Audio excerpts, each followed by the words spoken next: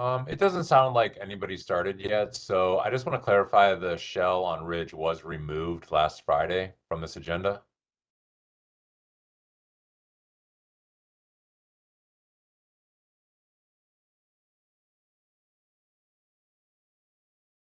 Or is there one big giant mute button that's been pressed?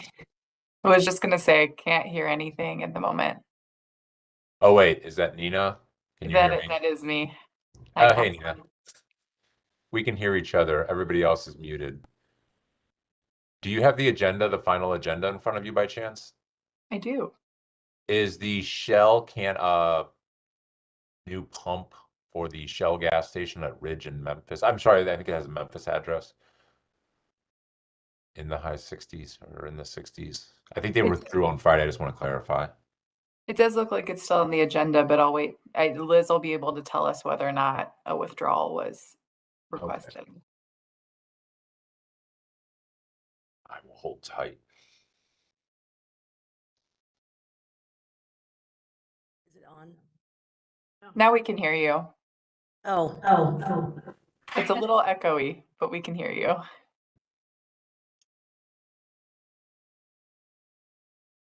By little, she means comically echoey.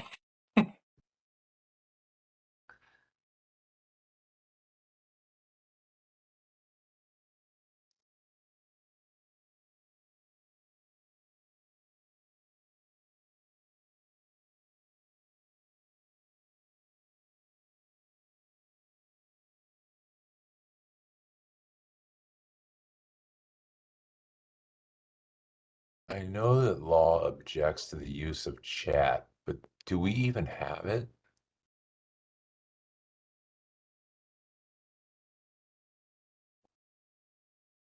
I did put a note in the chat, so. I don't even see it. Oh, there it is.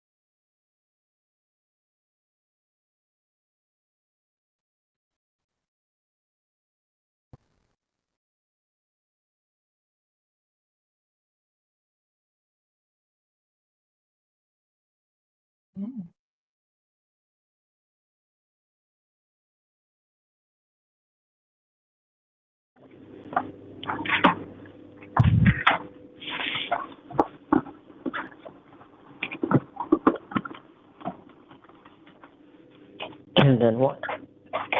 I press stop. There we go. There goes. Can you hear us? Now we can hear you. Thank you. Excellent. We had a little technical difficulty. So Councilman Harsh, we were in the middle of reading the preamble. So let us pause that for a second and we'll address your question. So if you need to stay or not.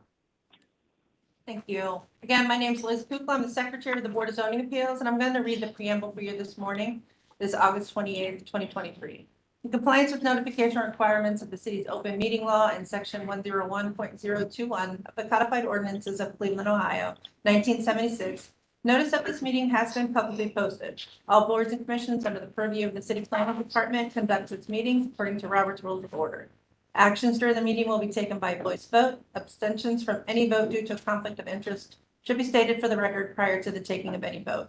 In order to ensure that everyone participating in the meeting have the opportunity to be heard, we ask that you use the raise hand feature before asking a question or making a comment. The raise hand feature can be found in the participants panel on the desktop and mobile version and activated by clicking the hand icon. Please wait for the chair or facilitator to recognize you and be sure to select unmute and announce yourself before you speak. When finished speaking, please lower your hand by clicking on the raise hand icon again and mute your microphone. We will also be utilizing the chat feature to communicate with participants. The chat feature can be activated by clicking the chat button located on the bottom of the WebEx screen. Please note that those calling in can unmute by using *6.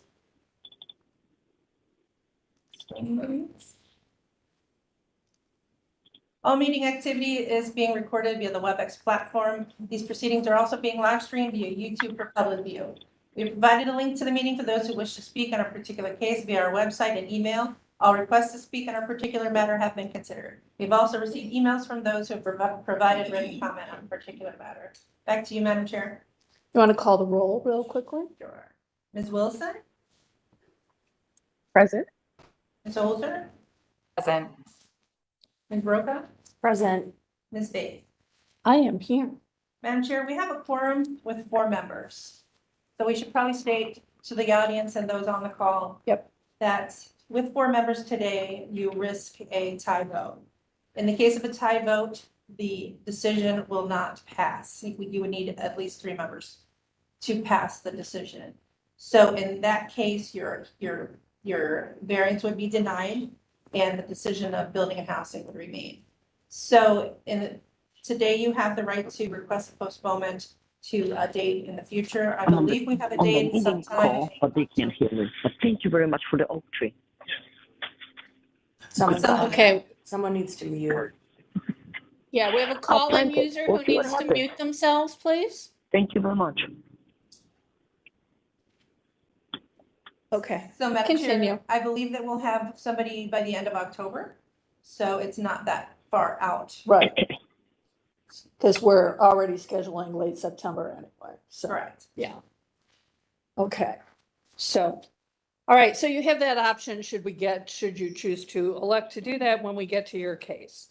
So, would you like to go through the postponements and things now too? So, Sure. I believe Councilman Harsh was speaking of a particular case on the agenda this morning. That is calendar number 23-092 at 7210 Memphis Avenue. Annie's Properties owner proposed to extend canopy and add new fuel pump to an existing gas station and convenience store in a C1 local retail business zoning district. The appellant contacted us last week to state that he does not wish to go forward with this variance and requested a withdrawal. okay, so that case, calendar number 23-092 has been withdrawn. So Okay, does that thank you. answer your question, Councilman? Yep, everybody have a great day. Thanks. Okay, you as well. Good to see you. Thank you. Anyone else? Any other council people?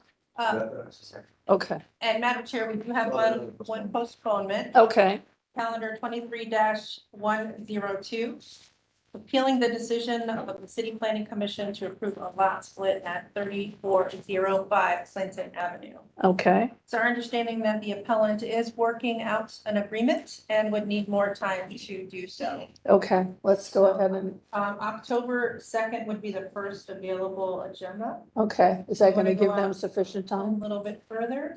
Yeah, I think. Okay. I would think so, yeah. I will be out on the 13th, October 13th. Okay, so let's do it on the 2nd then. All right. So Well, calendar number It's actually the 23. 16th, I'm sorry. I figured it was Yeah. the 3rd week, okay. Yeah. So this is the first week in October that this case will be postponed to. Calendar number 23-102 is postponed. It'll be heard on October 2nd. If you received a notice, you will receive an additional notice 10 days before the hearing. No testimony will be taken on that this month. That's all that I have for you, Madam Chair. Excellent, okay. Ms. Holzer, we're going to start today with calendar number 23-141. You can come to the front, sir. Grab a chair. Yeah. Not sure what happens to the chairs that are at the table, but by Monday morning, they seem to disappear, so. With the number of hearings that are meetings that happen. Yeah, we're not the only people using the word, so, okay. Ms. Wilson, is gonna be doing these oath. So if you would like to do that. Sounds good. I'm just waiting for the slide to be pulled up. Yep. Great. All right, our first case is calendar number 23-141. This is the denial of John's Hot Dogs vendor license, LUMF 23-00016 by Councilman, and then this is Award 3. I apologize, my agenda just got all restructured. Okay. John Sissemus, AKA John's Hot Dogs owner, appeals under the authority of Section 76-6 of the Charter of the City of Cleveland and Section 329.02D of the Cleveland Codified Ordinances to dispute the decision of the Commissioner of Assessments and Licenses to deny vendor license LUMF 23-00016 based upon input from Councilman Carrie McCormick. With that, I will hand it over to Ms. Wilson for the oath. Perfect. Thank you, Nina. For some reason, I can't see the screen, the current slide. Oh, perfect. Thank you so much. So for all those who will testify, after I administer the oath, please reply with "I do," your name and your address. Do you swear or affirm that the testimony you are about to give is the whole truth and nothing but the truth? I do. John Sissemus. I do. LaRonda Talton, Assistant Commissioner, Assessments and Licenses. Do you want to move forward to the table? It is kind of fun that they're on grids, right? Okay. I think we need your address as well. 3120 Superior Avenue, Cleveland, Ohio.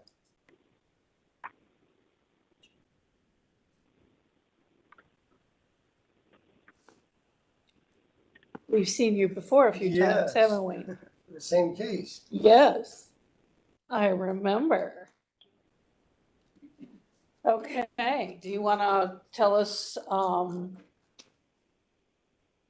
where we stand now? Actually, that's what I was hoping I was going to find out, because they sent me the letter again as last year when they denied it. And we went through the process. Of course, again, the letter this year didn't state reasons why it was denied, as it wasn't last year either. I tried reaching out to Councilman McCormick, and no response back from them. And it just seems to me kind of odd, because what I went through last year and the inspectors going out, the field inspectors to check everything, that everything was fine, and came back okay.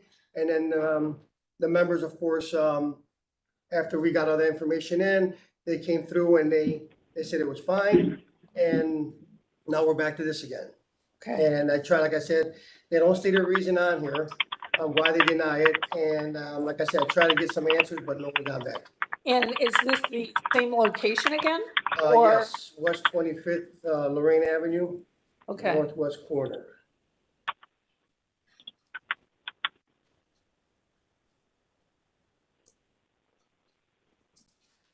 okay.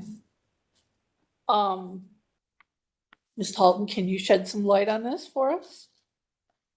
Well, the process is the same annually. So every year when these licenses expire on April 15th, the councilman gets a chance to review all the applications.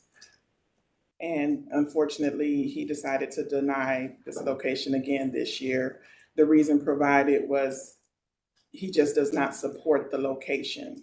So that's all the information that I was provided via email for this case.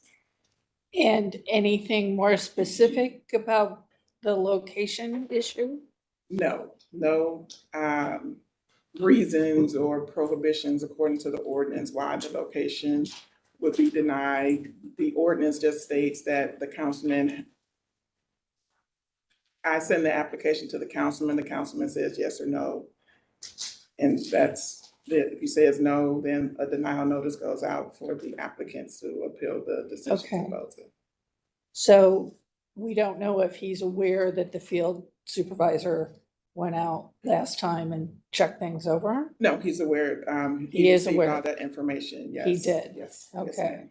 And still came back with a denial? Yes. Because we had an issue of the of it being, potentially some confusion on the address as well. I believe it's, according to Councilman McCormick, that it's the proximity to the West Side Market. So the email response just simply stated he does not support the cart. So anything beyond that, I wouldn't be able to answer as to why. Right, okay. All right, did we, This is the last. yes, did we have any, communication, any correspondence on this? I don't believe so. No, okay. All right. Can I speak to you a little bit? Yeah, go Now ahead. that I've heard a little information, Yeah, because this is all new to me that I'm hearing, and like I said earlier, I mean, I don't understand why, I couldn't be notified, number one, about this reason here, and of course, the reason now that Ms. Talton's telling us that Councilmember McCormick gave, doesn't seem like it's, something strong enough for me to say, having this location in so many years, and now all of a sudden, the last 2 years denying me and, not supporting for whether it's West Side Market or anything else, because other locations have other things around them too, on, saying no, not to be able to be there. I'm not breaking no laws. I'm not doing nothing illegal. Complying with all the distances away from the businesses, whether it's a West Side Market or restaurants or anything around there. And that goes well for all the locations of any hot dog stands that are out there from what I know of. This is also my living. I mean, a lot of Right. a few of the locations I have are not operable because the fact that now after COVID, the buildings that, maybe I was close by or in front of are not occupant. There's no people in there. And this one location is a little important to me because there is traffic, which this is needed for this kind of business. And to take this away from me for some kind of reason like this, I think is not strong enough, especially on times that we're going through right now today. well, and as I recall, when we went through the previous case, that was because it was your livelihood, that's why we wanted to make sure, that's why the field investigator went out Correct, to make sure that you were compliant with the distance issues. correct. Yes, I had met them So- there that day too, yes. And the northwest corner puts you in the Park, Market Square there, Correct. right? And which is a transit hub. I mean, yeah, I mean, with the Lorraine bus and the West Correct. 25th bus. And you're within walking distance to the Rapid Station. And you're compliant distance with the market and the restaurants that are right adjacent to the square in that area. So,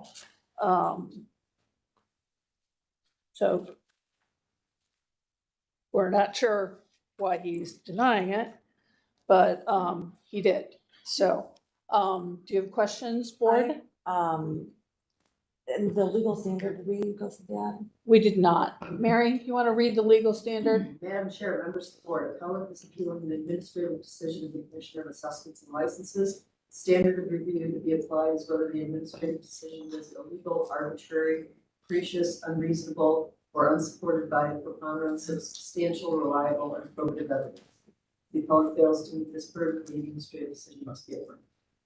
Thank you. Thank you. So, sir, where are you in Market? I'm right in the corner, northwest corner where Lorraine and West 25th meet, the northwest corner where they usually do like little flea market kind of events during the weekend, some weekends during the summer, and that park there. So you're on the sidewalk by the bus stops, not in the middle of the park. Yeah, no, I'm in a corner, not in the middle of the park. So you are less than 100 feet from the West Side Market then? I am, yeah, whatever the feet were to be the distance, I was fine when the field inspection came out that they measured from both sides there and other businesses down the street, that I was fine. I was compliant. He met the Yes. distance requirements. And then we don't have the councilman on the call, and the councilman hasn't submitted any justification for his denial, is my Correct. understanding. Which is, he did not last time either. And that, I'm sorry to interrupt, that's one thing that kind of bothers me a little bit, because the fact that I went through it last year and now again this year, and if it's the councilman doing this decision here, and I tried emailing him and calling, left him messages, and no response back, to not, either be here or live streaming to tell me why. I mean, this is, where I make my living from. And whether it's raining, snowing, cold, hot, whatever, I do this. And it's very important to me to have, and I think it's very important that I should have the main reason if it's through councilman, because I guess from what Ms. Talton just said now, that Mr. McCormick, Councilman McCormick, said it was his decision, tells me that last year's decision wasn't Councilman McCormick's. It was, I guess, then to see about the distance, I guess, through license assessments. Okay, wait a sec. I think, wasn't it? Yes, all decisions for these locations are made by the councilman. Right. Section 241.36 of the codified ordinance requires us to forward the application to the councilman for a response. Right. And just to be clear, my recollection is that that was what happened last year as well. It Right. was his denial. It that- was his denial. That triggered this. Yes, it Yeah. was. And then we didn't know the reason though. And then they said about Right. the distance. Right. And So that's when why, Yeah, that's why we sent the field correct. investigator out to assess the Right. specifics of the situation. So Can I read the ordinance? Do you if know you'd the like, section? yes, go ahead. Section 241.36, Section C states, council members in whose wards the mobile food shop intends to operate, the commissioner shall issue a permit authorizing the use of locations for those wards of the city council members so notified, unless within 15 days of receipt of notification, an objection or comment is received by the commissioner. If the notification to the commissioner is in the nature of a comment rather than an objection, the council member shall have an additional 15 days in which to submit an objection. An applicant may appeal any denial to the Board of Zoning Appeals established pursuant to Charter Section 76-6. So that's what happens. We receive the application, we forward it to the council member on whose board. That council member says yes, then we issue the permit. If that council member says no, then we forward a denial notice with the option to appeal to the Board of Zoning Appeals. It's never a sole decision of the Division of Assessments and Licenses. Right. And I think we've been clear Yes, about that. okay. Yeah. So, does that help? It does. Okay. I don't know if any of the other board members. Any other board members have any questions or comments?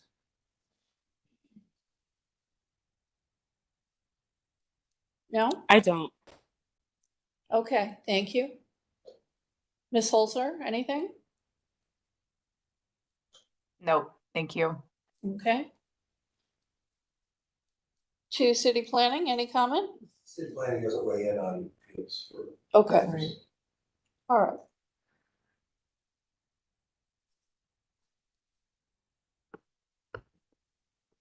Okay, are we ready? We're ready. Yeah, upon hearing the testimony from the appellant today and the Division of Building Assessments, is that correct? Assessments and licenses. Assessments and licenses. I move that we reverse the decision of the Assessments and License Division in favor of the appellant. Could I have a second, please? Board Member Holzer, I second. Thank you. Would you like to call the roll, Ms. Kukla? Sure. Ms. Wilson, Yes. Ms. Holzer, Yes. Ms. Roca, Yes. Ms. Bates. Yes. Count number 23-141 is granted. Decision of assessments and license is overturned. And we will ratify this next week and send you a letter. Thank you very much. One question I'd like to ask, one more time. My renewals are gonna come again now next March for this location. I mean, is this now, I mean, not saying that you guys reversed this, and then I know the council member has the right, like Ms. Talton just read you the ordinance, that if he denies again, and not putting a particular, reason, that I have to come and appeal again. Since I did it last year, and it was for the field distance, and now this year, and now next year again, if it is, if that's gonna happen, we don't know, but I mean, if that's gonna keep happening, I mean, is this some way that we could send something to the councilman where we could say that, he came twice? I mean, just so I know, because I feel like you know, that now it's in my head, like, okay, now this is gonna happen every year. And now, I mean, like I said, he doesn't notify me, he doesn't tell me, he doesn't answer the calls. He doesn't get back to me, so I could at least go speak to him in person. Maybe in person, if I could speak to him, and I went a couple times, and he was never around. I know he's a busy man, and just like all of us are. And I tried to reach out to his assistant, and they weren't around. That maybe if he hears me, if I can speak to him, meet him, that this won't be occurring. And, you know, this could maybe be a little bit less, you know, for all of us, if possible. I mean, now that you guys reversed this, I mean, I'll still try out to reach out to him and to see maybe that, to speak to him, to say, or maybe send him a letter or an email. But they don't respond back, and that's where I get, you know, a little bit, you know, scared and a little bit, you know, where, what do I do? You know, and I'm Well, only asking, you know, you guys. We can't, we don't have any control over the council person. Right. So, but that would be your best recourse, I think, is to be persistent and try and meet with him. Or maybe Ms. Talton, since you deal with council members a lot, that maybe you could let him know that I would like to meet him, or somehow, you know, I tried reaching out to him and he has not returned any kind of calls or emails. I would, if you try to stop by his office and speak to his assistant and see if Right. you can get on his calendar in person, have you tried that?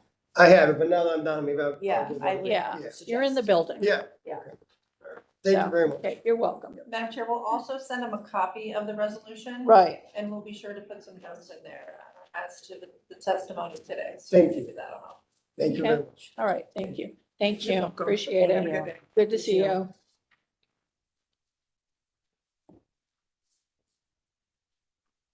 All right. So we'll move on to 23-139. All right, our next case is calendar number 23-139. This is at 6550 Baxter Avenue. The Diocese of Cleveland owner proposed to renovate a storefront and erect an addition to an existing school social hall and gym in a B1 family zoning district. The owner appeals for relief from the strict application of the Cleveland codified ordinances as stated in the agenda and the public record, of which there are two. There's also a note here that CPC approval is required. And with that, I will hand it over to Ms. Wilson for the oath. Thank you, Nina. Can I please have everyone who is going to testify after I administer the oath, please reply with your name, your address, and the words "I do." Do you swear or affirm that the testimony you are about to give is the whole truth and nothing but the truth? John Simon, Cleveland Central Catholic High School, I do. David Stenroos, SA Group, 1320 Sumner Avenue, Cleveland, I do.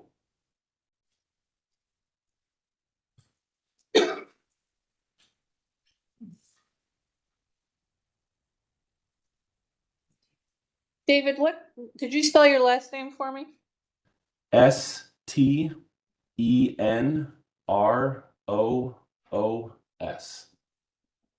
Great, thank you. You're welcome. All right. Appreciate it. Do we have anyone in the room? Okay, that's everybody then.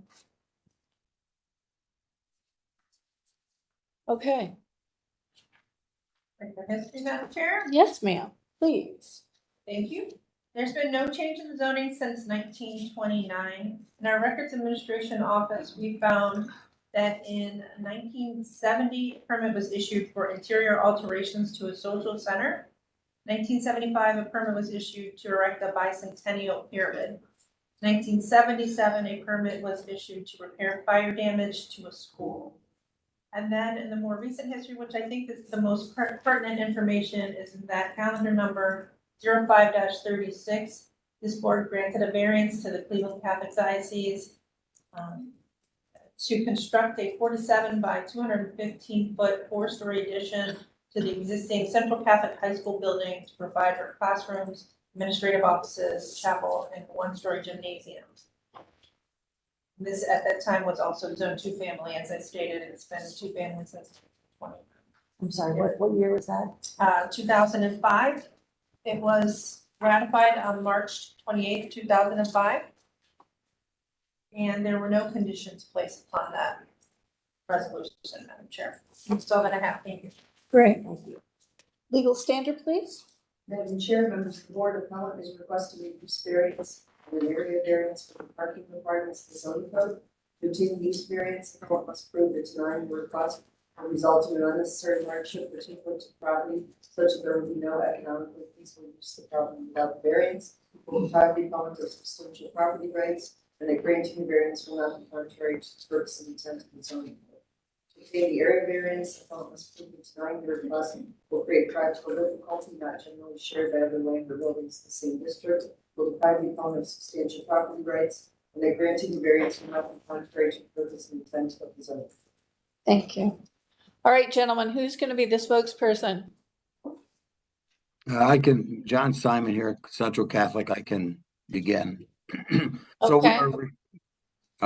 we're requesting a variance to remove the active parking field adjacent to the existing social center to construct a new entranceway and accommodate a promenade or walkway from where our students currently get dropped off on Osmond Court. And they currently walk through that active parking field to get to the main entrance of our building, which is located at the corner of East 67th and Baxter Avenue. I think they're showing this. So that's the existing social center.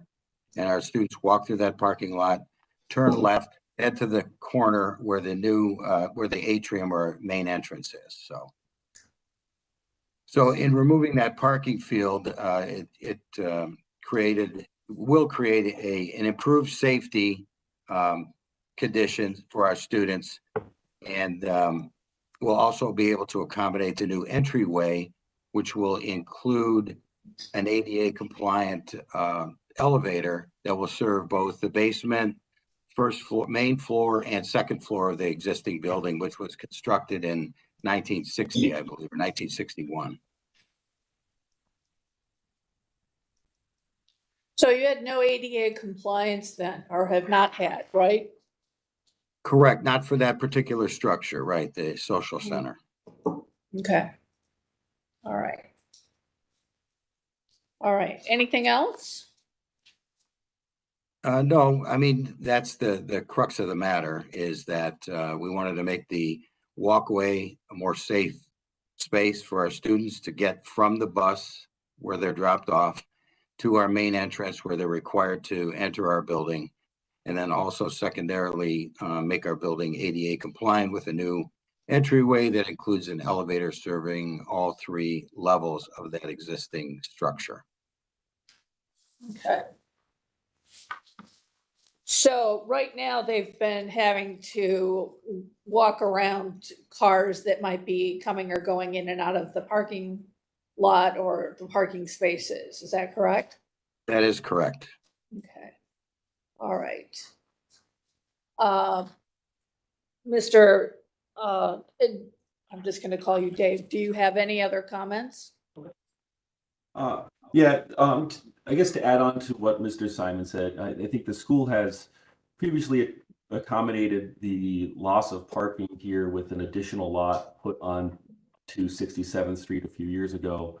So we understand that the importance of parking, especially around a social center, and the school has made effort to add parking, which is just on the bottom of the screen here. Might just be off frame below the main school building there. And during the hours that this building operates as a social center, the church lot is available as well. So I think they've done their best with the property that they have to accommodate. The parking that was over there was actually really tight and was troublesome. I parked in that lot during the life of this project from our end as well. And throughout the day, there's multiple times during the day where students are crossing that street. It's not just during the bus drop off and pickup. That building operates as both the cafeteria and the gymnasium for the school. So students are in and out of that building all day long. That's why that walkway becomes important, because as cars move in and out, there's multiple ages of students. Right, John? There's it's elementary and high school students. We're adjacent to St. Stanislaus Elementary School, which has about 240 students. Our school, Cleveland Central Catholic, has about 440 students. that actively use that building all day long for either gym class or cafeteria or both. So it's quite a bit of foot traffic going through there. And right now, when students enter that building, you go through the front doors, there's about a 5-foot landing, and then you immediately have to choose to go up or downstairs. And that's where the handoff happens between the teachers or the staff members that are walking students from the main building over to this building. There's really not a great place to gather those students, do a head count, kind of keep them to the interior of a space to facilitate that handoff. This enlarged entryway that we're proposing here off the corner of the building will provide them that. You'll also see in this image on the back of the building, there's a new, you can see with the materiality there, a new covered portion for the rear entry. That's a safety protocol, basically. That bottom portion of the brick there exists, but we're covering it to make that a weather tight. So there's this, I don't know if it's an addition, but it's covering an existing platform on the back of there as well. And that's for safety purposes for school staff members mostly as well. Okay, great. All right, board, any questions or comments? I just want a point of clarification. So the parking lot, existing parking lot adjacent to the social center, that is going away? Correct. Okay, just want to make sure I heard that correctly. But you're keeping the parking lot on 67th? Yes, and specifically, a few years ago when that was built, we added 35, a total of 38 spaces, including 3 handicap parking spaces. We have additional street parking along East 67 through a cutout feature for another 6 or 7 vehicles. Okay, thank you. Great. Okay. I have no further questions. City That is to planning? accommodate the loss of 23 that are in this existing parking field directly adjacent to the social center. Great, thank you. Thank you. Mr. Owens, city planning, yeah, as far as the use variance goes, it's consistent with, although it is 2-family, it's obviously been the church and school Right. for many, many years, so this is consistent with their operations. With regard to the parking, I have to agree, having visited the site, I saw the new parking lot that they were talking about, which was off the map that it showed. It's a well-done parking lot, it's right down the street, a half a block away, there's other ample parking on site. I don't think there's going to be a parking issue. I think it's a handsome addition that they're doing to the corner of this building, and I really like the fact that they're adding ADA compliance and making it probably a little bit safer for the students to cross the street. So Thank you. Yeah, I would agree. I think having the ADA compliance and the added safety for the students is paramount here. So, anything else, board? I'll entertain a motion now. Madam Chair, I move that we approve calendar number 23-139 upon hearing testimony from the appellant today, that they seek to eliminate their 23 parking spaces to make a walkway to the social center that is safer for their pedestrians / students, and also complies with the ADA. I move that we approve. Could I have a second, please? Board Member Holzer, I second. Thank you. Ms. Kukla, you call the roll? Sure. Ms. Wilson?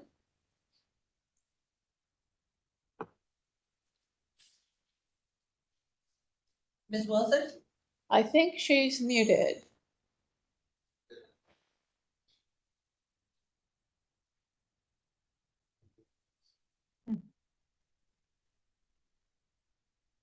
Now she's off. Oh, now she's back. All right, we'll just go on with the vote. Yeah. Enough people. Okay, Ms. Holzer? Yes. Ms. Rowe? Yes. Ms. Bates? Yes. Calendar number 23-139 is granted. It'll be ratified next Monday. We will send the appellant a letter, but please feel free to contact our office next Wednesday to find out if it's ready to go on to the next step. Thank you. Thank you. Thank you for your time today. Thank you. Good luck with the project. We appreciate it. All right, Ms. Holzer, moving on.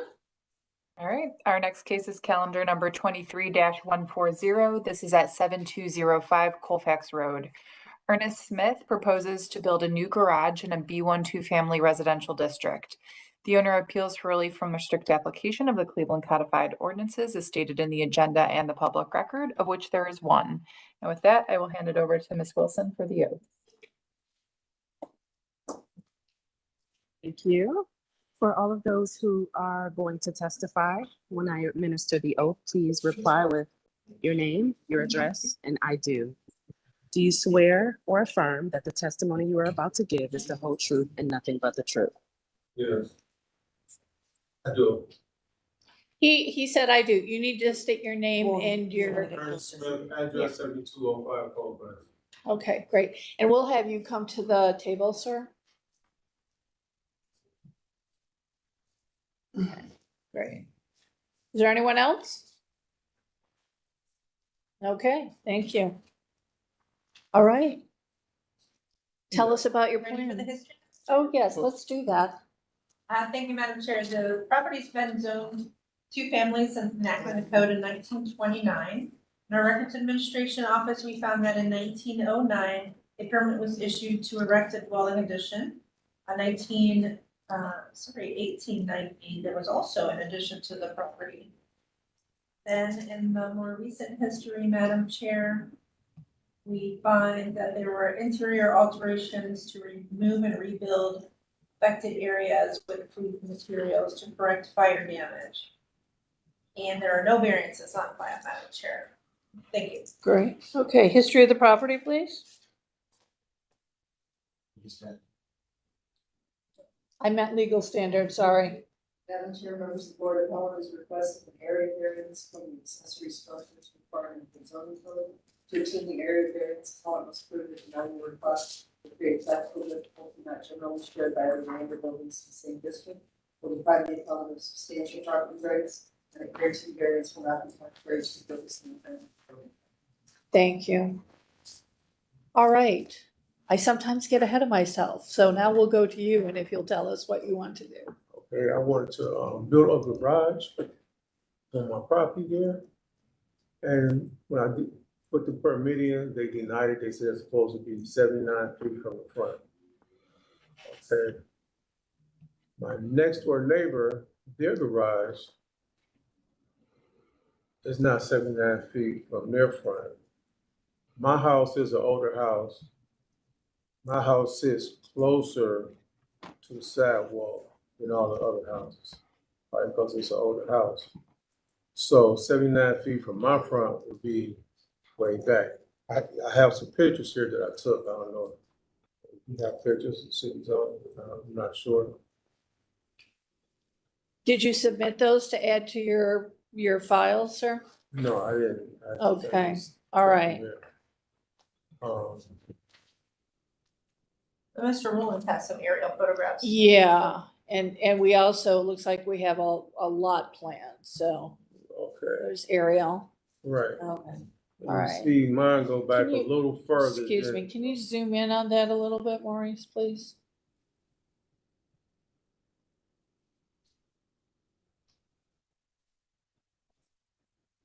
Thank you. All right, go ahead, sir. Okay, now as you see my neighbor's garage, theirs is like not even, the front of my garage would be further back than the back of their garage.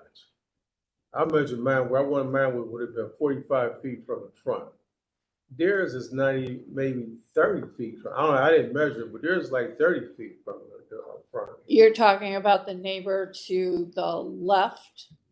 Yeah, to my left, yeah, Do you, right. So you're doing an attached garage, not, your other neighbors have detached garages.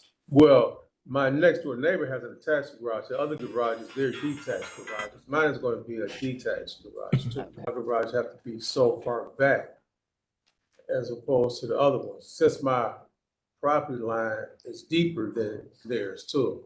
mhm. Now, it used to be a garage there when I was a little kid. That garage wasn't 80 feet, 79 feet back from the front neither. If it's in your records, you can, you see the additions. That garage probably was like about, let's see, I was like 45, maybe 50 feet. The old garage, maybe 50 feet. And so if that garage was maybe like 50 feet, maybe 55, I don't see why this one has to be 79. Maurice, can you, the plan view on the right there, can you zoom in on that? Is that got our dimensions? Which we have some.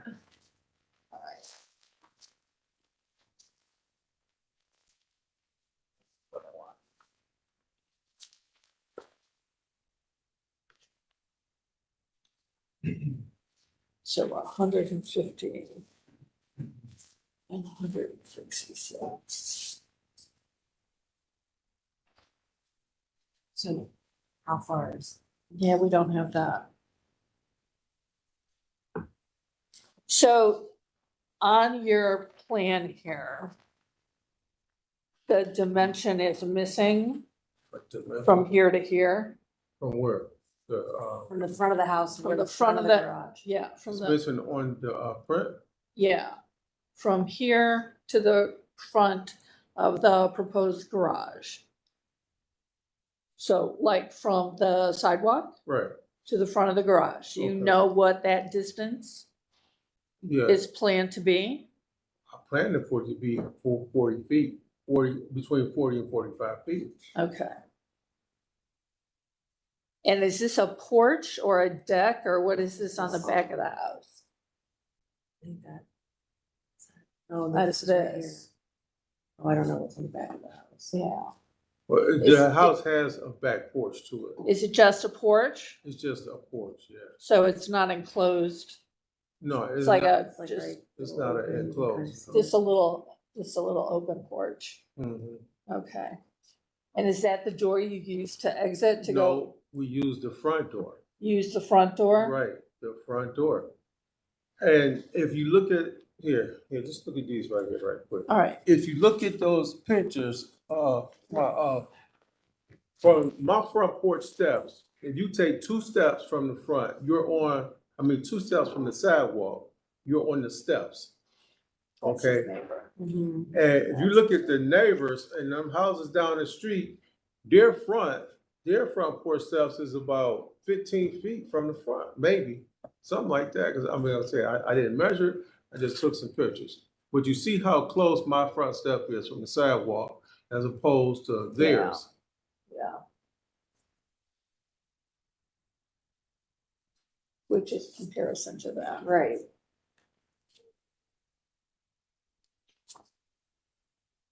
Because when your house was built, there were no cars. Right, but No. well, but check this out. You said there were no cars, but like I said, it was a garage behind the house. Probably a carriage house, right? No, this was a carriage, a horse and buggy, something. Yeah, Yeah, because your house goes back to 1890s. 1890s. Wait a minute, 1890s. Yeah, Mhm. yeah. That's when she read the history of the property. What, can I get a copy of that history? Okay, thank You have a very old house, sir. Right, okay. Yeah. Because most zoning doesn't come up until 1929, Okay. so you precede that. What's the width of that back porch? Is it 6 feet, 8 feet? The width of the back porch is, the width of the back porch, is, longer, well, see, the back porch is a little short. I say about 6 feet, maybe. Are those drawings that you have? Yeah, this is, yeah. Is that what we have, or is that something This different? is, I don't know, it might be a little bit more on there to Yeah. look at. There we go. Still doesn't have this measurement. No. That's just the drawing. Those are just the garage drawings. Still doesn't really help us.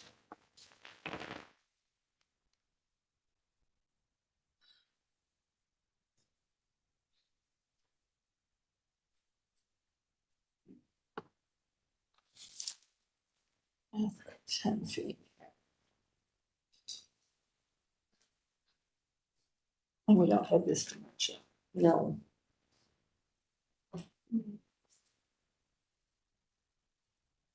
What would the width of the back porch have to do with it? Well, so what I'm thinking right now is,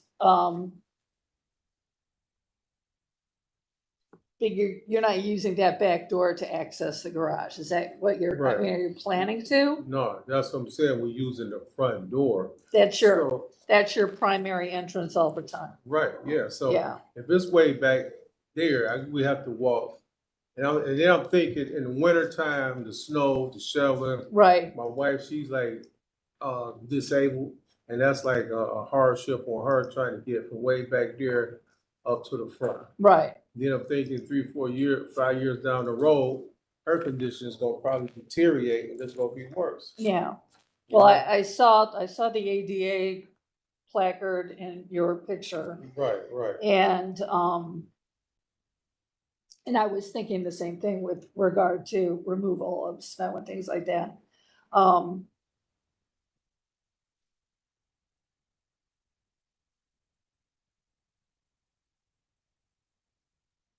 Are you willing to move it back another 6 feet to clear that back porch? Well, the front of the garage is right at the back of the, I mean, where I'm proposing to do it now, the front of the garage would be right there at the back porch. Right, it's in line, the front of the garage is right now in line with the Right, back of the house, right. but not with the back of the porch. Okay, yeah, I could go back to at the back of the porch. So if we aligned it to the back of the porch, Right, okay. then that would clear that. Should down the road, anyone want to use that back porch for egress, Okay, okay? I can do that. All right. All right, any other questions or comments? Maurice? Maurice Wilson, City Planning, I would concur with your recommendation. I mean, when we wrote this ordinance or modified this ordinance for locating garages in the rear half of the property, the intent was to not have front-loaded garages up in front of the house. And Mr. Smith has definitely met the intent of that. So we would, with your suggested amendment. Okay. So, and with regard, and I'm saying this with regard to your wife and her being, having some physical issues, I do as well, and I have to have an ADA lift. Right. And so my thinking is that you may get to the point where you need to have that at some portion of the house. And it would probably, if it gets to that point, you would probably want to have your egress through the back door. So that's where my thinking is on this. So, So just so I understand, is this moving? we're gonna move it to the back of the back porch. Okay. So that I'm just, Mhm. in my mind, thinking of what might be an eventuality for you. Right. And so I want you to be able to have that clearance to make that happen. So what we're gonna ask you to do is this will be a condition. We're gonna ask you to submit a new set of plans that show the garage is moved back in line with the back of the back porch. Okay, Okay? okay. Does that make sense? You know, well, that's only like you said, about 6 feet or something like that. Right, yeah. So it helps fulfill the non-compliance with the zoning code. Mhm. And, but also it's sort of a happy medium for you. Right. All right? Okay. Okay. I'm gonna give you these plans back and your pictures.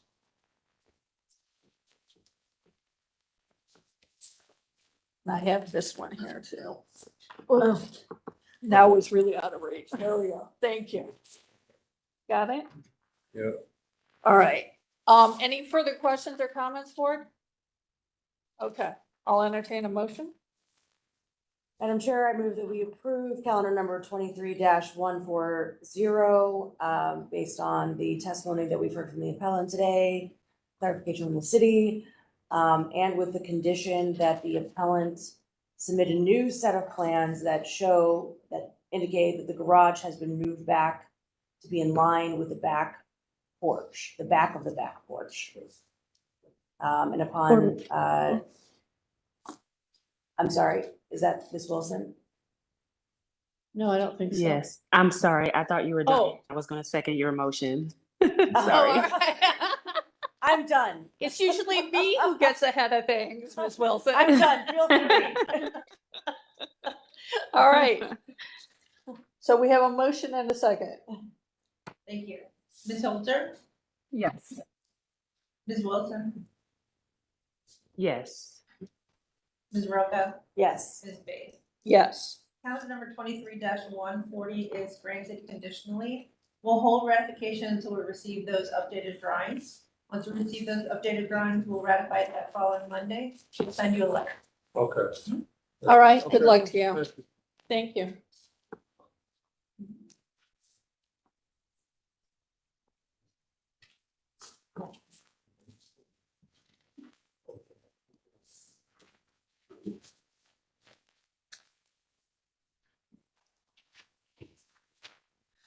All right, 105.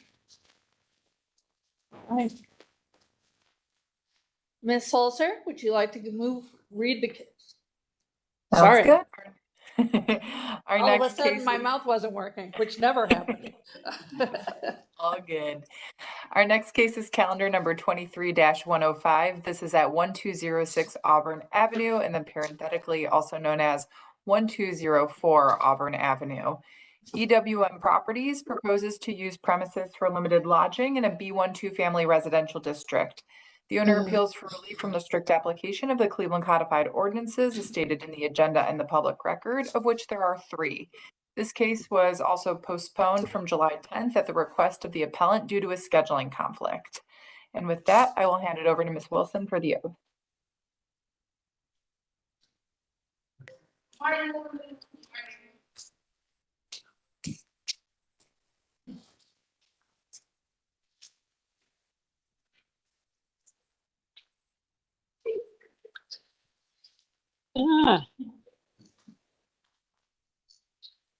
Ms. Wilson's having a problem here. Yeah.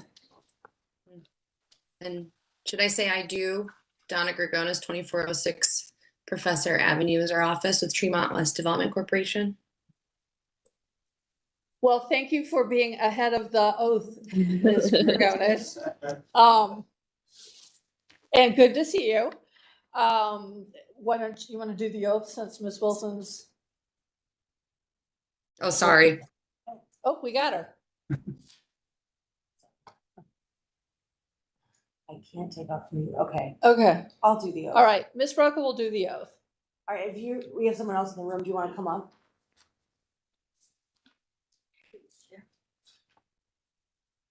Thank you. I'm swearing in all who are present for this case. Do you swear or affirm that the testimony you are about to give is the whole truth and nothing but the truth? Please, one at a time, raise your hand. Reply with I do, state your name and spell it for the court reporter and your address. I do. Evelyn Mills. My home address, 15883 Hocking Boulevard, Brook Park, Ohio. Thank you. And I do. Timothy Walker, 4402 West 58th Street. That's Cleveland, Ohio, 44144. Thank you. Is there anyone on the call for this case other than Ms. Gregonis who's already sworn in? Yes, I'm Kate O'Neill. I'm at 1201 Starkweather Avenue in Tremont. Jonathan Petrie, 2363 West 14th Street. I do. I'm sorry, sir, we couldn't hear your last name. Can you repeat it and spell it, please? It's Petrie, Petrea. Thank you. And I do. Anybody else? All right, back to you, Madam Chair. All right. History of the property.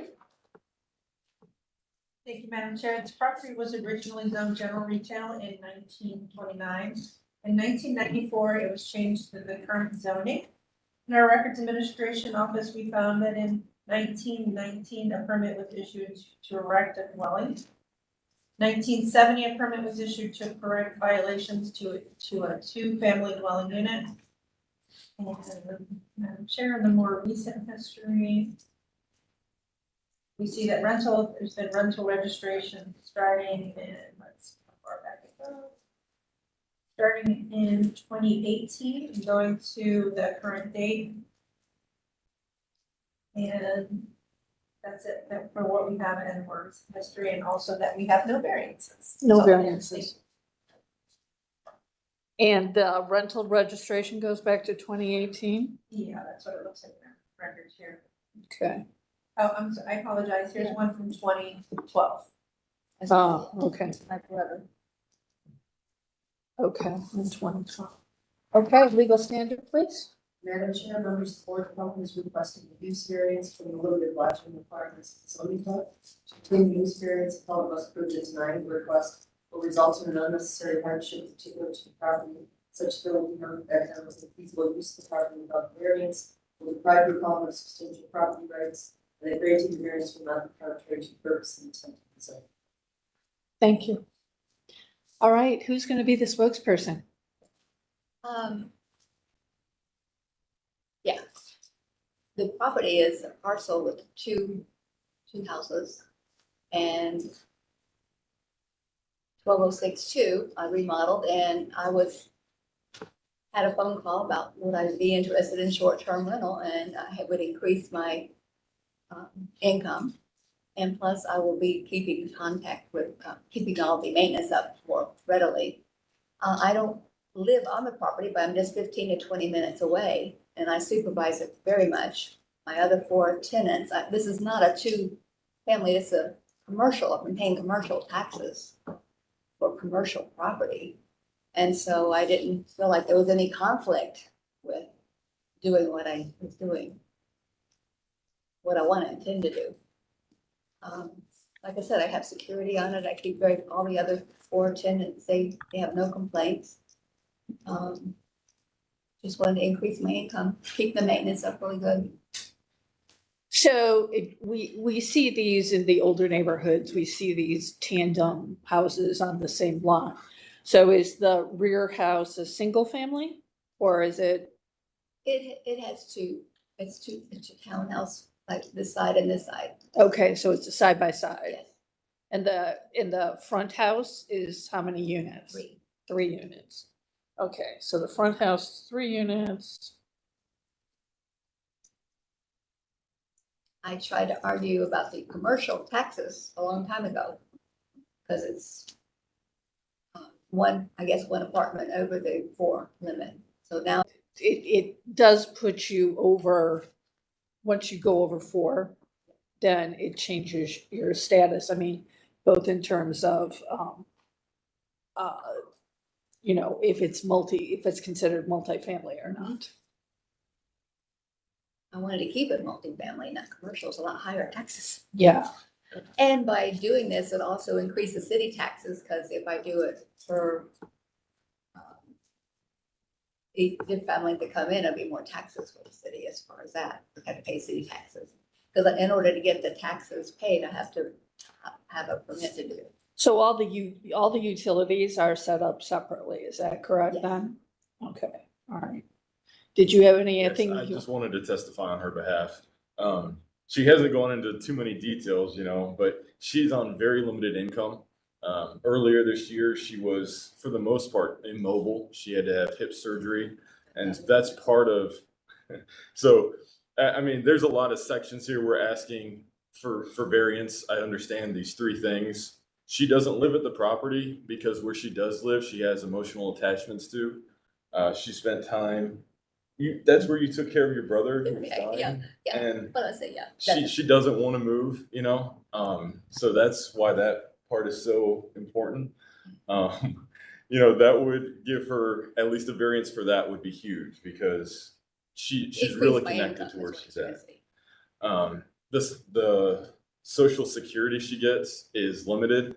She doesn't have the income to keep these up by herself. She's a very generous landlord. She has 4 other tenants in the other units that love her.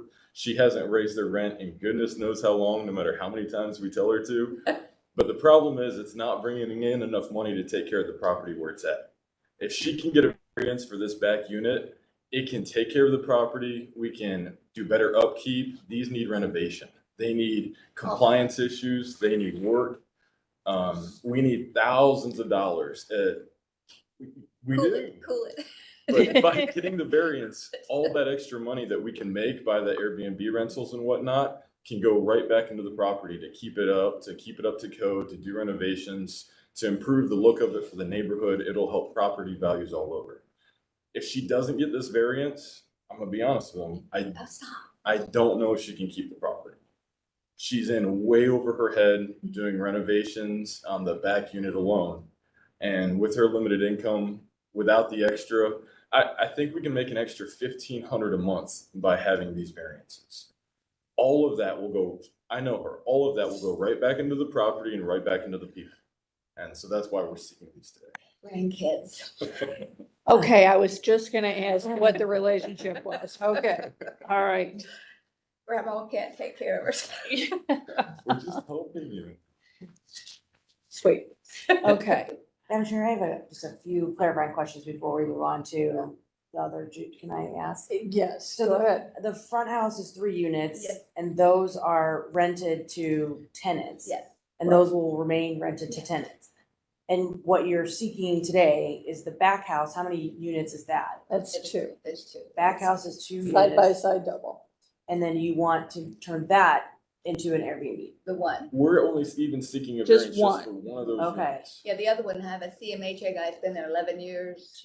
All my, All right, so that's a long-term tenant as Yes. well. So we're just seeking One variance just for the a month. one. And Okay, it's private entrance, fenced in yard. okay. Okay, thank you for that. I was a little confused on, there are Yeah. a lot of units here and which ones you wanted to do what Right. with. Right.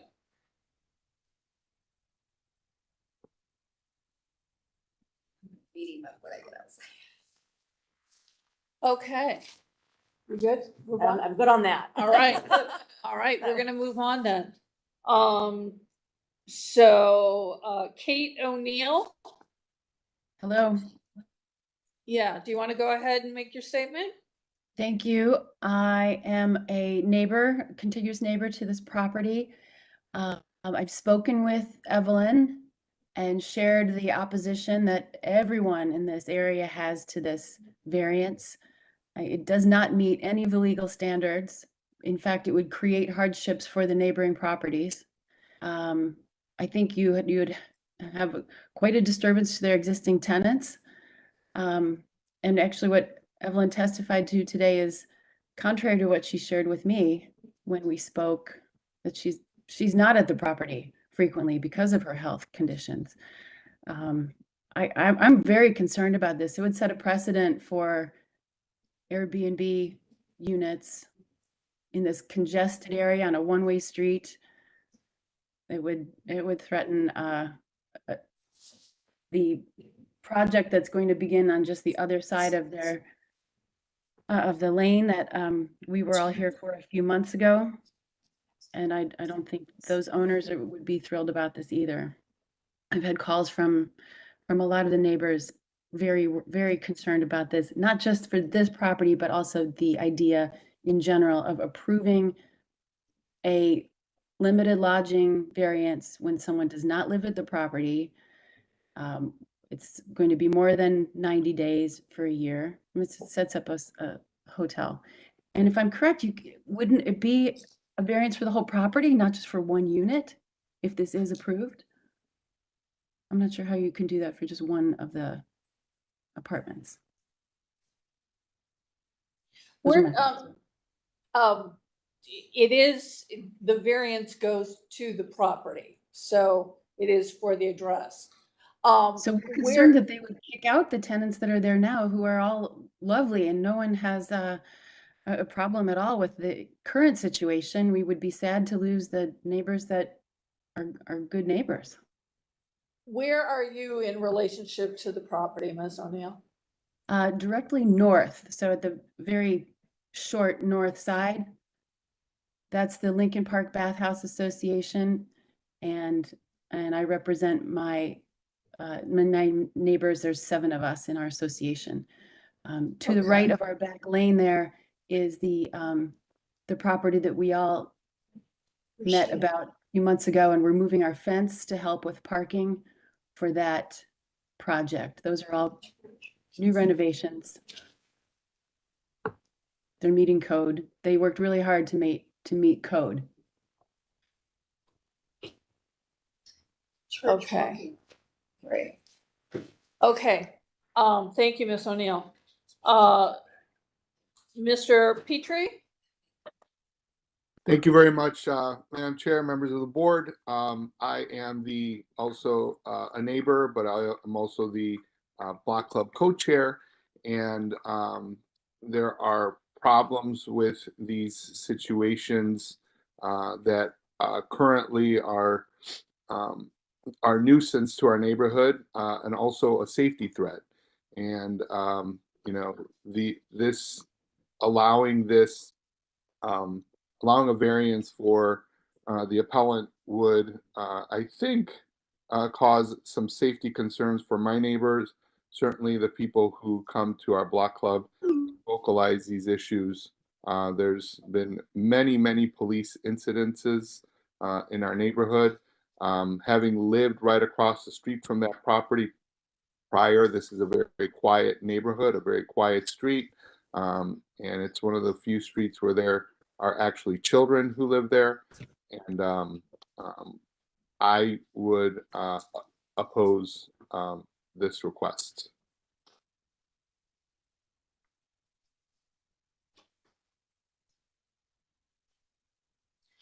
Okay, Ms. Grigonis?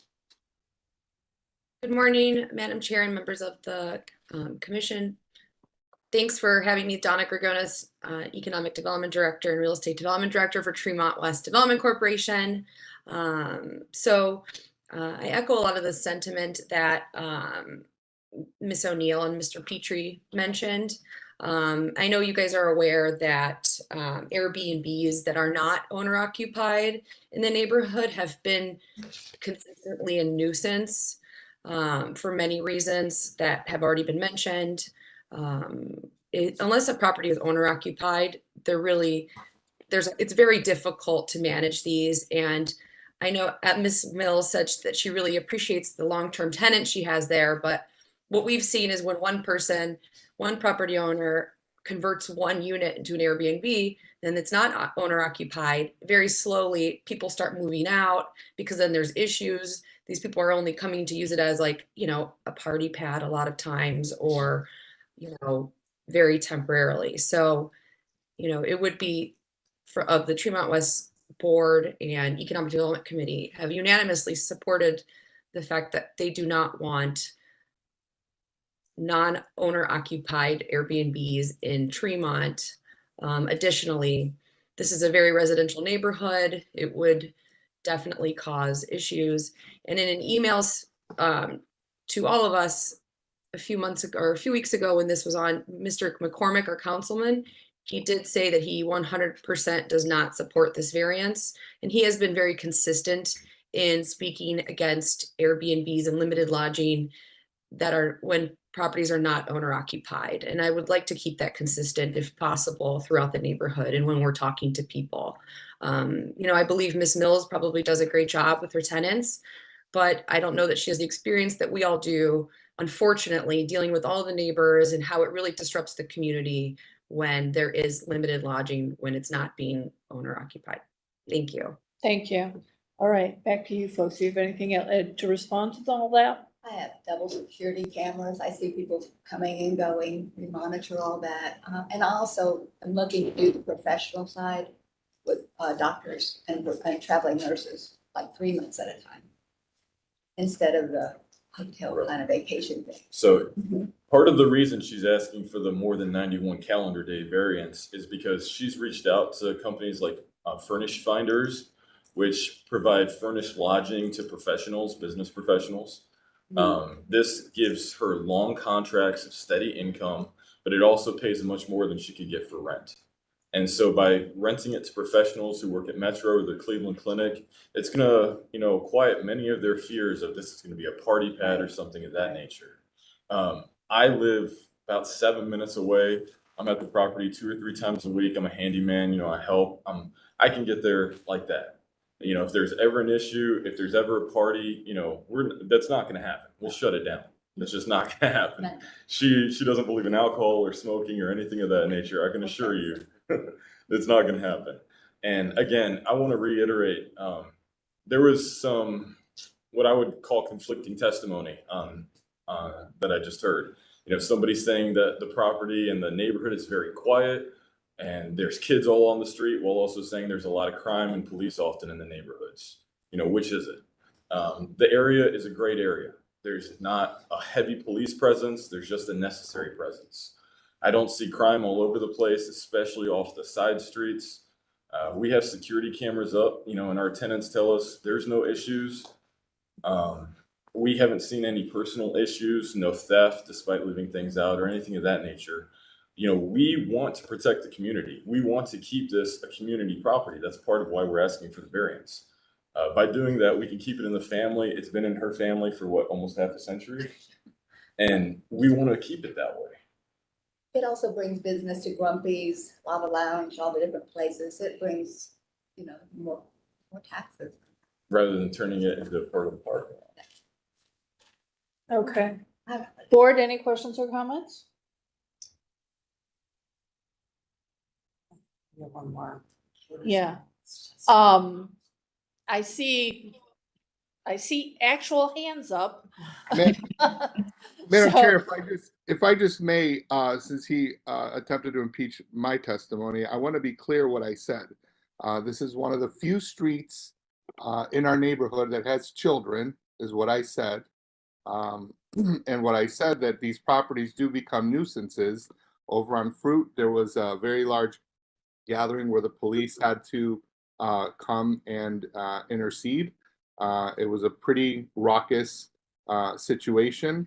Down on Littery and 7th, there were multiple people involved in a situation where there were even guns brandished.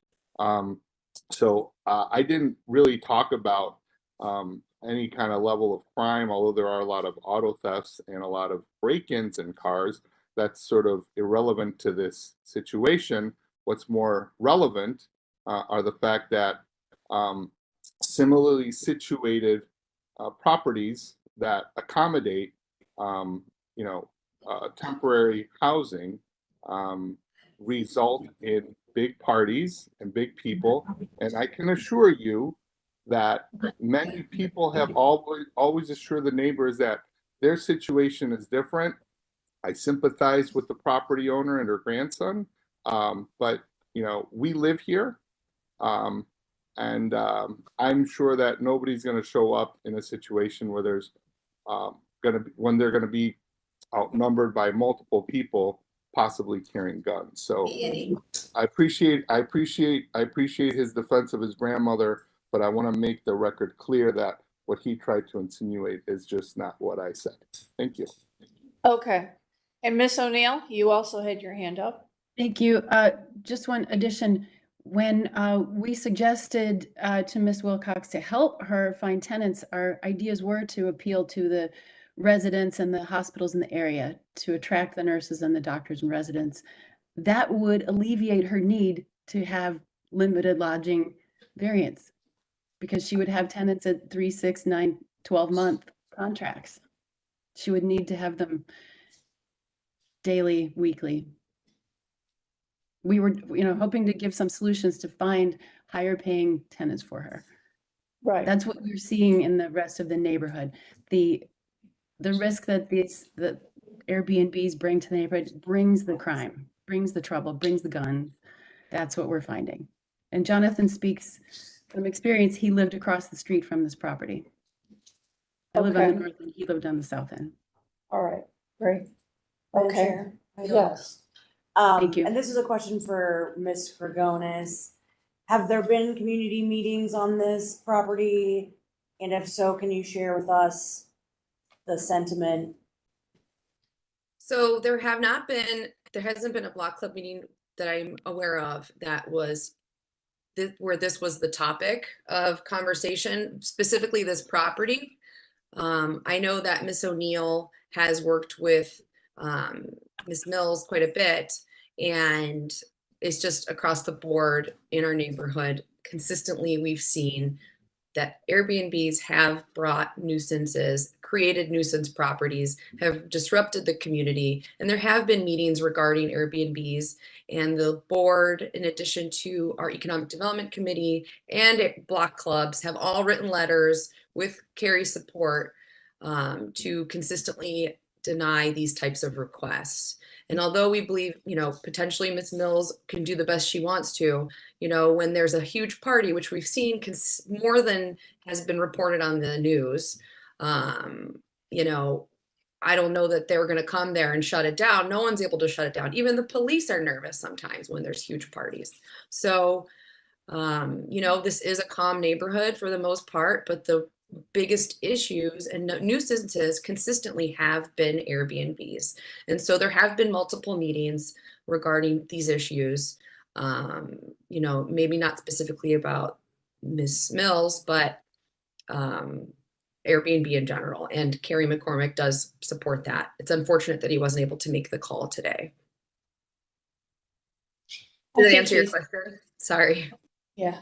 It did, thank you, and I'm aware where the councilman stands on this issue. Yeah, and I think he has a conflicting meeting on Monday morning, so, yeah.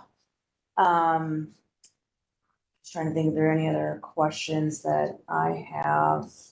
Madam Chair, I do have two letters of opposition. Okay. If you'd like me to. You wanna just, There's one that's pretty long. yeah, can you paraphrase or give us a synopsis?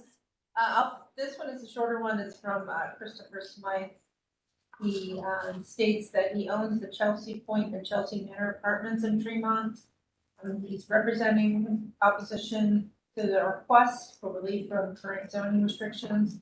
Very much against the limited lodging or Airbnb type housing in this location.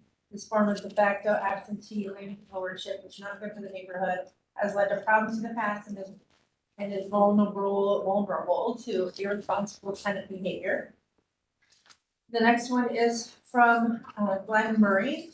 This is a longer one. States that he's objecting to the request. He has bullet points under the statement that short-term rentals are deleterious to the neighborhood on many levels. They drive up rents for residents trying to move or stay in Tremont. 1204 Auburn is currently registered with the city as 2 rental apartments. 1204 Auburn does not have off-street parking, and short-term guests will add to the already congested parking situation. Short-term rentals to short property values. Short-term rentals in Fremont have been a nuisance. Absentee landlords have no commitment or responsibilities to the neighborhood, seeking only to maximize profit without considering the inconvenience or damage to the neighborhood. Short-term rentals displace families whose children will be attending Fremont area schools. Unlike residents, vacationers do not contribute back to the neighborhood through community involvement. Then he states these short-term rentals harm the entire region. They compete with hotels but do not pay bed tax. Visitors do not pay income tax to the city or county. Visitors do not support or attend school districts. Short-term rentals further erode population and do not count towards census, which drives future government spending. Says, thank you very much, Glenn Murray. And what was the name of that person? Glenn Murray. Glenn Murray. Glenn Murray. And his address is 2495 West 11th Street. Thank you. Okay, thank you. All right. Board, any other questions or comments? Just, if the city would like to opine. Yeah, I just, is the reason that you don't want to rent out the one that you're proposing for limited rental, is that because you're lacking funds to rehab it to a level to be used as a regular long-term? It's already. It's the only unit that's been thoroughly rehabbed. Okay. That's where she's invested a lot of her funds. Recently, have you seen that? I've done we rehabbed most. It's the nicest unit by Okay. far. It's the one that we can make money off of to help rehab the rest of the house, the rest of the units. Okay, so what's holding you back from just renting out that unit then? This was supposed to bring more money, more income. Okay. So, but you could rent out that unit and increase your rent from what you previously Right. rented it Yeah. at. Right, so From that, like 900 to 2,300, what is the size? 4-bedroom. It's a 4-bedroom unit? 4-bedroom, fenced in, basement, yeah. So in this neighborhood, I live in an adjacent neighborhood, rents are substantial. Very high. I have rental properties as well. You could, for a unit that size, probably obtain a large, 2,300 for that. yeah, a pretty large, rent amount. So, just something to consider. Right. Is it possible to bring up some more points or to testify farther on the letter? I just noticed that he said, Airbnbs and et cetera don't pay bed taxes or anything of that. Yeah. nature. And we know that. Yeah. I was like, you're don't- well aware of the Yeah. situation. Yeah, We're yeah. fine there. Okay. All right, I'm gonna go to you, Maurice. Oh, don't worry, I'm something you forget. Maurice Rowland, city planner. Yeah, this is a very difficult situation. And as a matter of fact, the city is actually in 1 minute, there was another meeting going to be occurring where we're actually talking about coming up with completely new ordinances and rules and regulations around Airbnb. So the city is very aware of the problems, situations, there's a handful of bad players out there that are tarnishing a lot of the good players that, you wouldn't even know it's an Airbnb. Right. So with that being said, though, I don't think that I can support this variance request only because of the immense amount of neighborhood opposition to it. The fact that the Donovan Morris from Tremont West is against it, CDC is against it, Councilman's against it. At this point, I just don't feel that I can recommend approval. I think one route you might make is doing a community meeting. Getting everybody together, maybe you can further assuage their fears about your conversion to an Airbnb. So I would recommend doing that. And with all that being said, if you get denied today and then we completely redo the ordinance, it would not prevent you from coming back under the new ordinance because it would be a complete change of, unlike a lot of other cases where once you're denied at the Board of Zoning Appeals, there has to be a substantial change in your proposal in order to be reheard. That wouldn't apply here if we go ahead and make the changes that we're thinking about, which I can't talk about right now. Right. We haven't even decided 100% on which route to go. Right. But we definitely want to rein in the bad party places that are happening, because there's no doubt that they've become a problem throughout the city. I know one of the other Airbnb cases we had where they weren't actually coming in for Airbnb, but the issue was raised.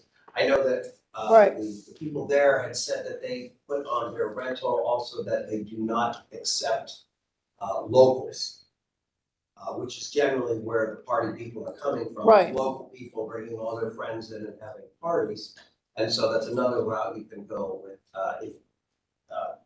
and maybe talking to the community to make sure that on your rental advertisement, you specifically do not rent to locals.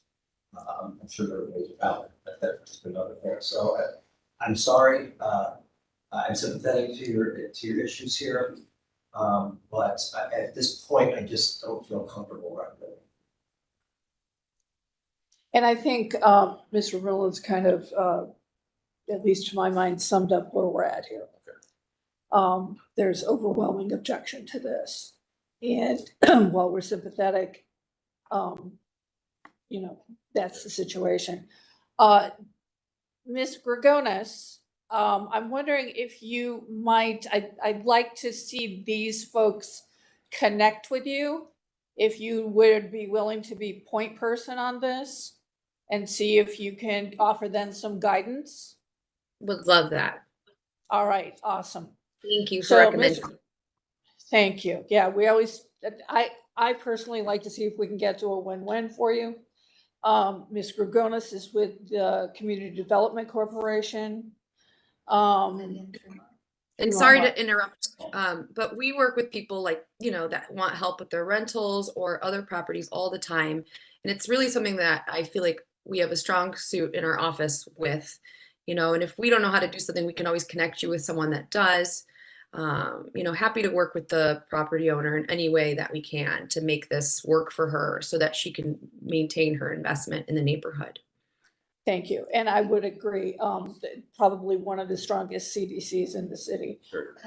Ms. Kukla, do we have, contact information for her, for Ms. Gorgonis? I have, So, I think I have it. yeah, I would love are you willing to give it on open? Or do you want to send it in chat and we can? I have Doug's. Okay, That's all the right. information I could definitely, and I'm sure Liz does too. Okay, all right. Well, I can share my cell phone. It's fine. It's already public everywhere. Okay, whatever you want to do that you're comfortable with. 440-339-4005. I did leave a message one time, but We need it, we need it a little slower, please. okay. It's 440-339-4005. Okay, she's got it. All right. So, and I'm sure you will help. I'll do everything I can. Yep, okay. So, the grandson's gonna help and we'll get them connected with you. And, I think that will be helpful to you. All right? Thank you. Okay. Yes, and thank you. They wave goodbye, Donna. We haven't finished yet. I'm sorry. I Okay, need to- all right. Yeah, we need to just wrap this up. Okay. So at this, yes. Whatever you need to do. Right. Thank you. So at this point, I'll entertain a motion. Madam Chair, I move that we deny calendar number 23-105 based on the testimony that we've heard today from the appellant, the community, adjacent neighbors, city planning as well. Also, in the spirit and intent of the code to encourage limited lodging owners to reside at the property and to be owner occupied, I move that we deny. Could I have a second, please? Board Member Holzer, I second. Thank you. Ms. Kukla, the roll? Ms. Wilson?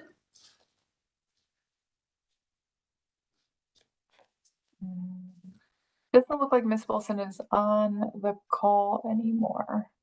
Not that I can see at least. All right, we'll go Okay, for it. we'll move on. Ms. Holzer? Yes. Ms. Roca? Yes. Ms. Biggs? Yes. Calendar number 23-105 is denied. We will ratify this next week and we will send you a letter. Thank Okay. you very much for You're your time, welcome. wisdom. Yeah. You'll be in good hands. All right. Yeah. Okay. Folks, we have a long agenda today, so we're just gonna take a brief break and we'll be right back.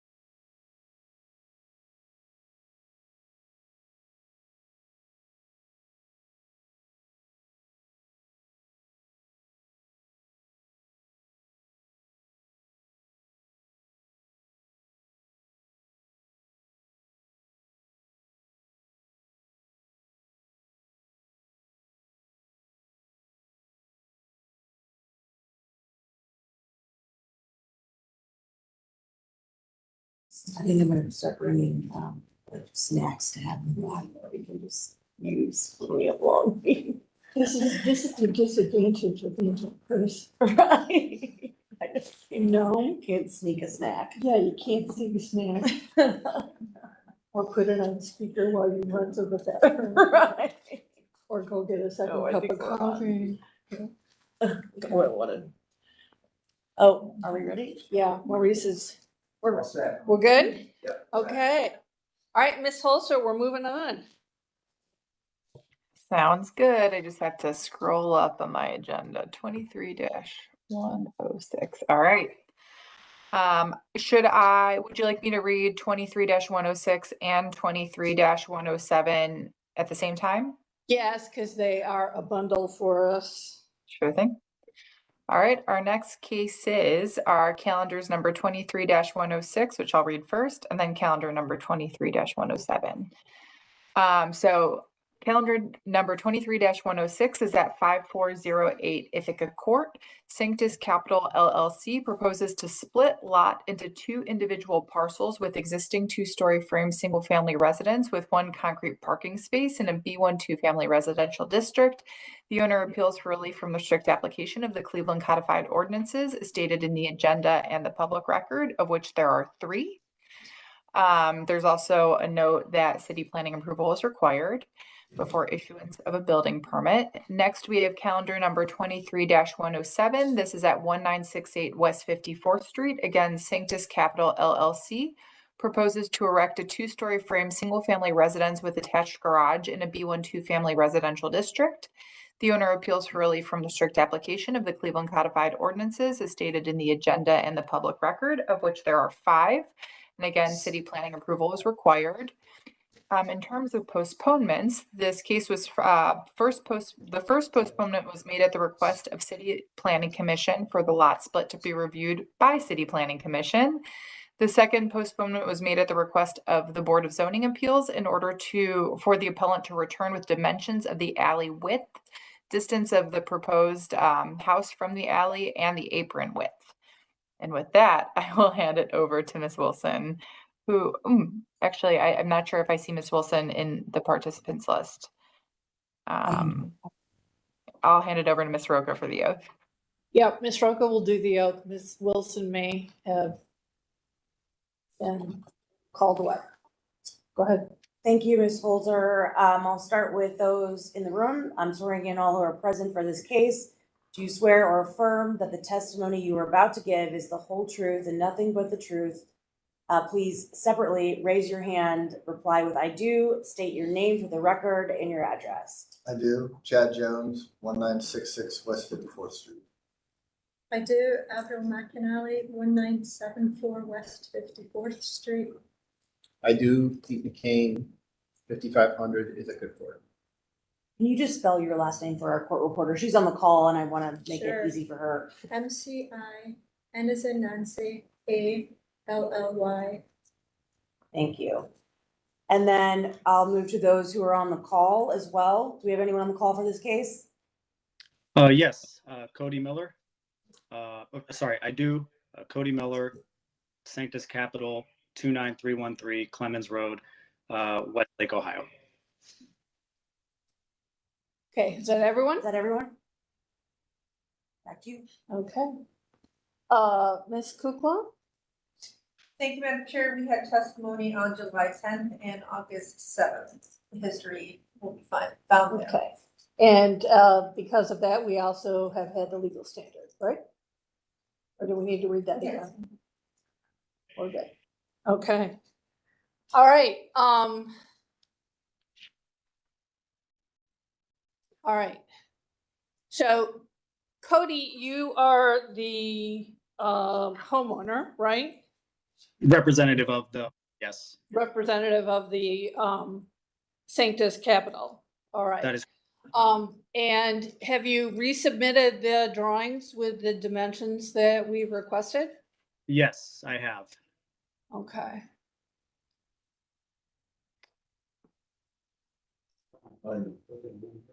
All right, we're, Hold on a second. yep, we're holding.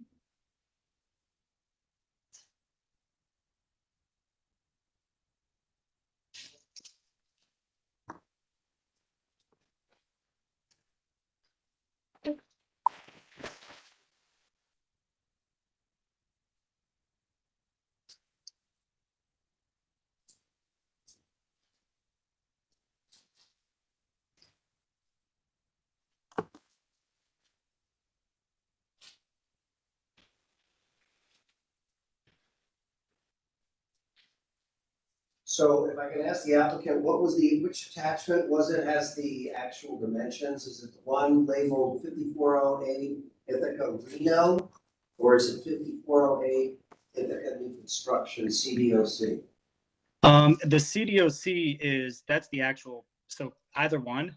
The CDOC is actually the formal stamped plans. I did update my presentation, which I believe is in PowerPoint format there.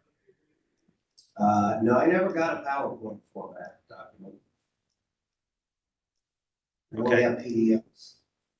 The CDOC does have the dimensions though. The CDOC, okay, down there. All right, 1 second.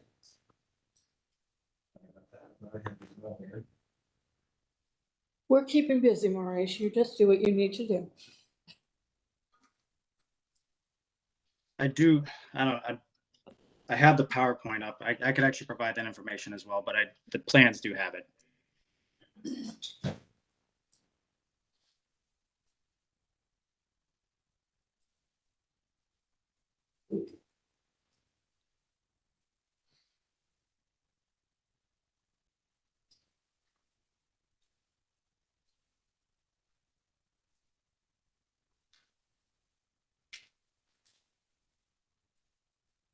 I think those are the dimensions site plan. That is correct. Okay, can you zoom in on that garage and the apron and the distance from the?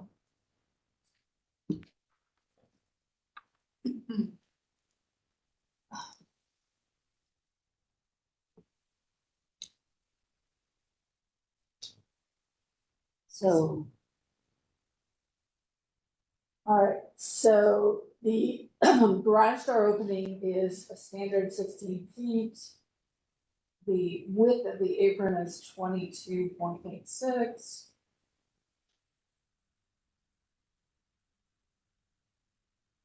Dimension from the garage to the south side of the street is 16.6.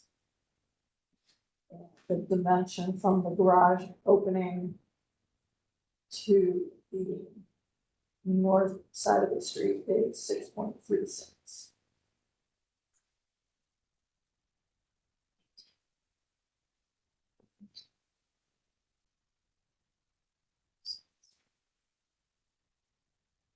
And the radius is also pretty, the radius is 6.87. turning radius. Yeah, the turn on the side, so that's rather dramatic. Yeah. So the code requires 18 feet from the side street line. And so if it's only a little over 5 feet, is that where I'm? Yeah.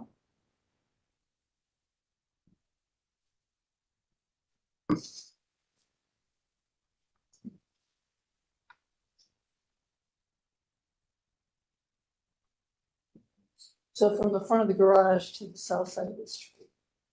So from here to here, it's just under 17 feet. I see.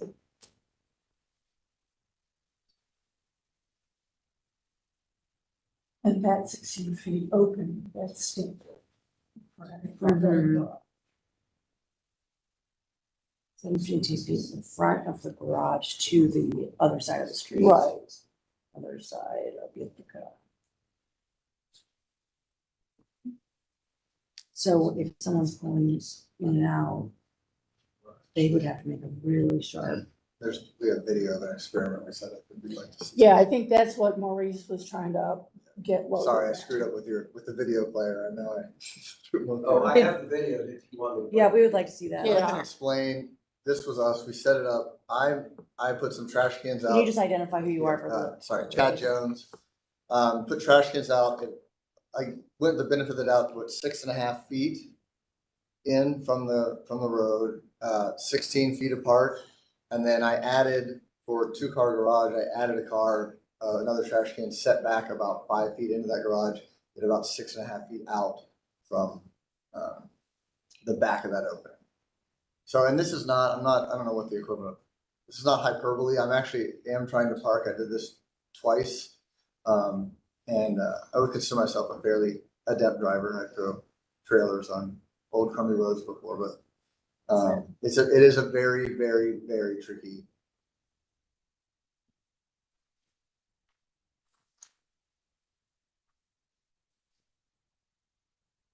So I'm hitting the trash can there. And that's our fence right behind them.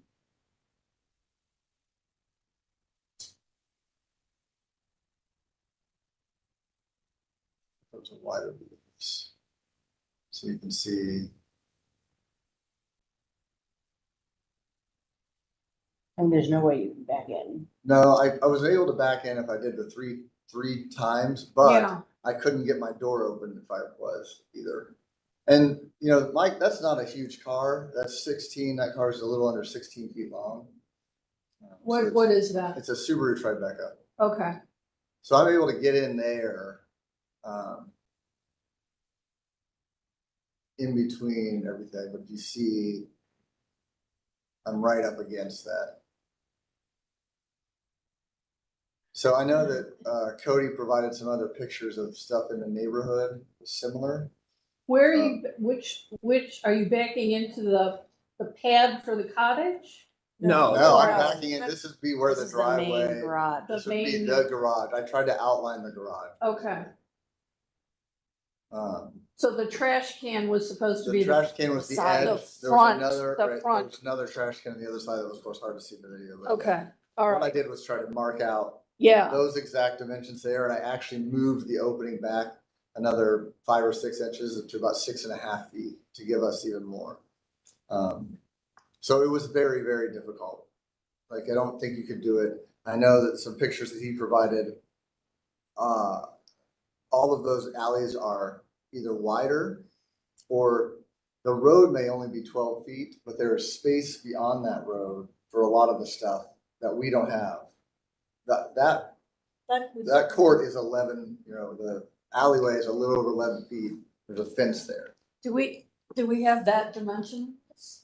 Which dimension? The dimension of the width of the alley? We did It's 10 ask foot. 10 Yeah, feet. it's a good court 10, which is a standard. It's floor 10 width. feet, Yeah. okay. So That's what we were right. asking. So unlike a lot of the pictures that Cody showed, the alley might be 10 feet, but then there's 2 or 3 feet of grass before something else. Yeah. Or a parking lot where you don't really run into the position of not being able, you could have swung a little wider. Or Okay.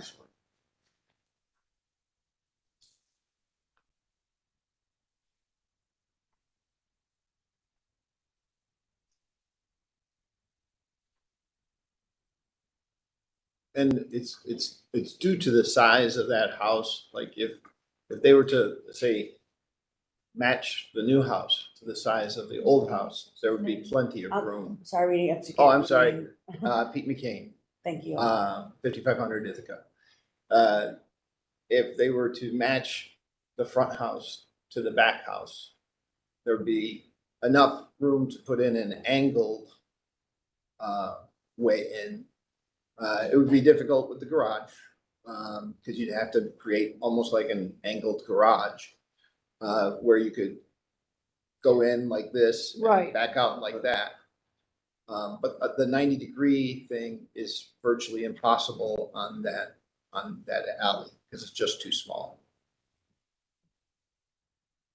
I'm Avril McAnally, 1974 West 54th Street.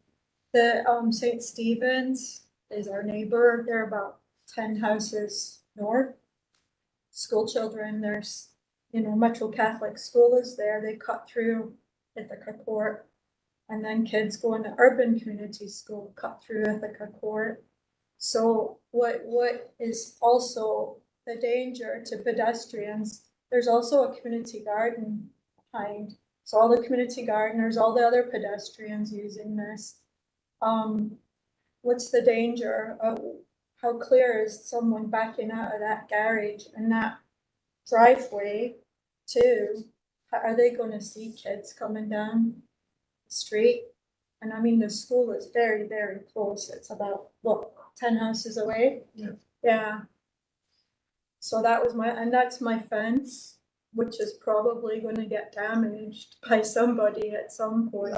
I'm basically touching the fence here. That's what I Right, was saying about right. a lot of the other similar width alleyways that were provided in some of those pictures. There's not a hard stop right there.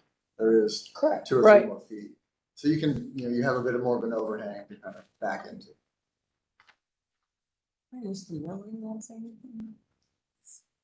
Yeah. Yeah.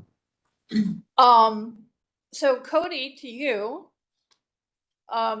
we've had the opposition statements. And we've looked at the dimensions here. So, let's hear what you have to say. Okay, so I apologize, and they are referring to the presentation that I did. I did provide some other examples, actually one of which being about 3 houses further west on Ithaca Court, almost having the exact same, the exact same situation. I apologize, I'm not sure why made it into the presentation. But yeah, I did provide numerous examples throughout the neighborhood, basically between Ohio City, southern Detroit Shoreway, that of similar situations to this. And like I said, there's actually one just down the alleyway where the apron after the garage is 7 feet. But I went out and measured. And then again, we have the alley of. Yeah. There are many. It goes into, and if you watch these. He's cutting Okay. out. Yeah, Cody, you're cutting out. Okay, I think I might be back. I just had a call come in that I had to mute. Okay, all right, go ahead. My Continue. So there are numerous other examples of this throughout the neighborhood. And again, I did have a presentation that I uploaded that had those, and I apologize. I'm not sure, why that didn't make it in here. And then in addition, I would just like to add that, I think we provided generous turning radiuses, and also demonstrated that there's really, in terms of providing parking for this residence, and honoring kind of the urban form of West 54th Street. Not that this is being reviewed as an urban form overlay, but, I don't necessarily want to put a garage entrance on 54th, and interrupt the residential nature of that street. And I do not believe that there is another alternative to provide parking for this residence that does not come off of Ithaca Court. I do understand what they are, proposing with an angle garage, but that just, I believe that's going to cause just an awkward looking home in general. And also, I do believe that this is the alternative we have. I've reviewed these plans with the councilwoman. She applauded the design and also applauded saving the existing home. And I think we're introducing something to the neighborhood in a relatively gentle density form, without too much deviation from the form of the general neighborhood. And that is what I have at this point. I'm sure I'd like to just say something here. Yeah. So Mr. Miller, thank you for providing that example on Ithaca Court. I do have it pulled up on my computer here just so I can see that property that you referenced. And it appears that the difference between your project and that particular project that also has a garage on Ithaca Court is that there's in that project that you referenced, there's an empty lot across Ithaca Court. So the person pulling in and out of that garage has substantially more room to turn in and out. I just don't see that with your project. I'm also bearing in mind here that, you know, we too on BZA, I mean, I would not like to see a curb cut on 54th. I don't think that meets the spirit of the code and what, you know, and it's not pedestrian friendly for various reasons.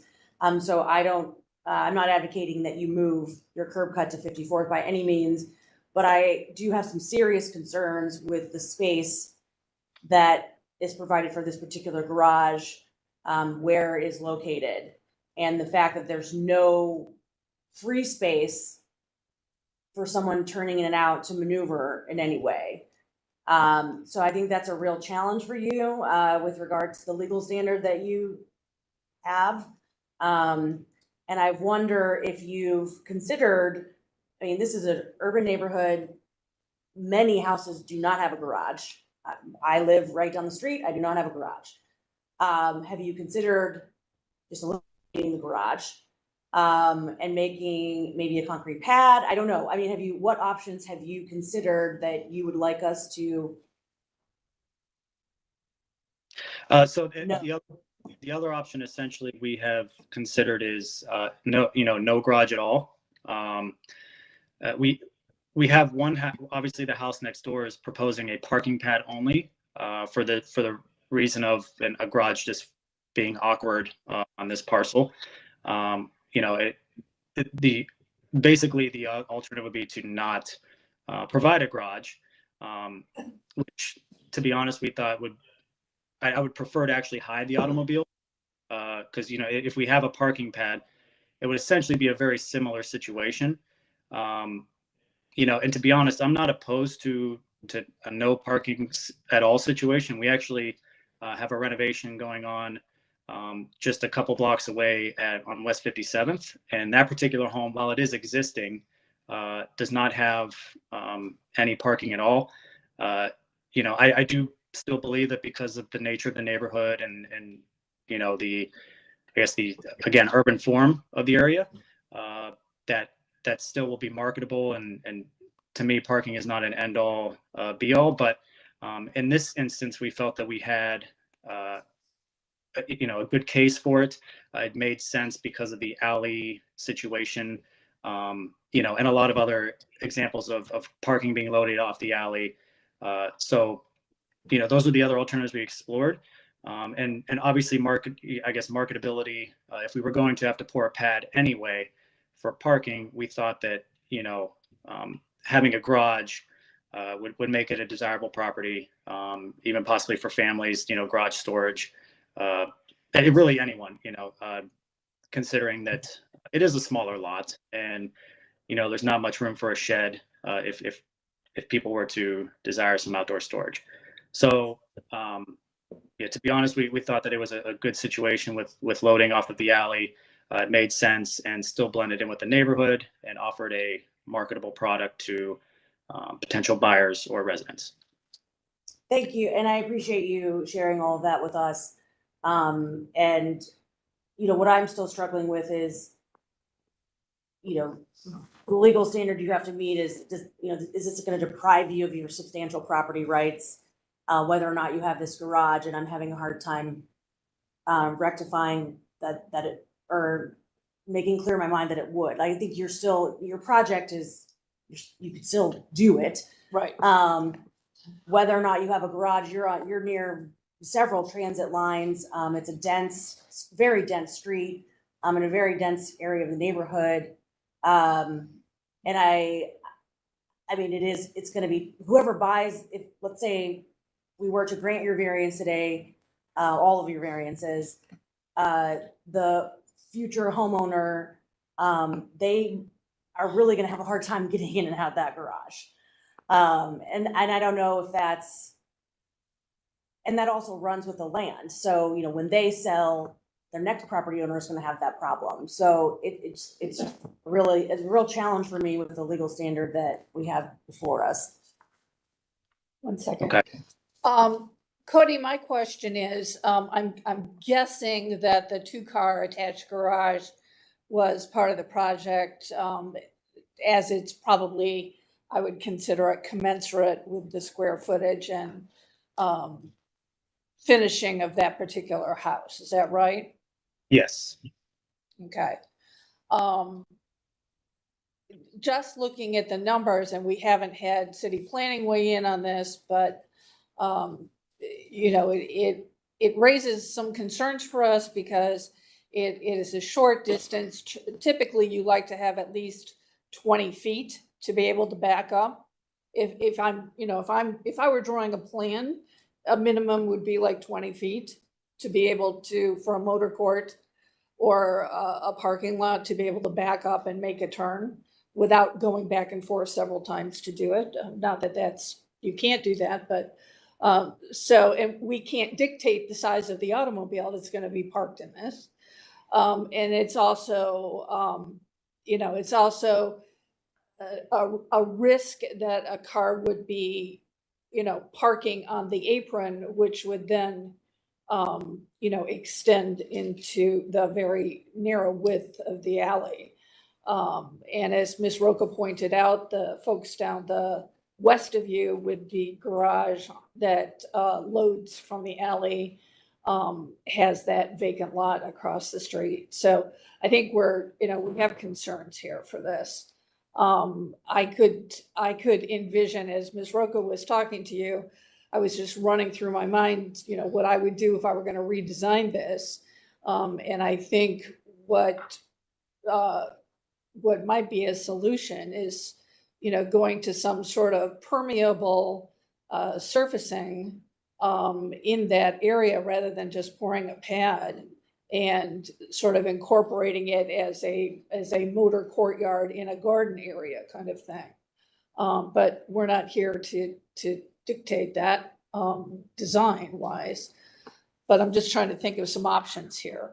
The other, Yeah, go ahead. The other thing, and I think the opposition to your project, one point that is well taken is that the visibility of anyone walking down that alley is going to be really tough. And I know alleys in the city are used by pedestrians quite frequently.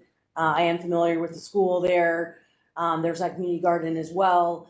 It's going to be really hard for someone pulling in and out to see a human walking down the alley, which small human. It could be a small human, and that gives me some pause as well. The last thing we want is to put pedestrian safety or pedestrians in danger of potentially coming in conflict with a car on a walkway where they're coming in and out of a community garden, so to speak. So that's a challenge as well, and I think that challenge exists even more with the garage than it would if that were just a permeable parking pad of some sort. You would have, to me, and correct me if I'm wrong, a little bit more visibility onto the alleyway if there wasn't a structure you were pulling in and out of. Right.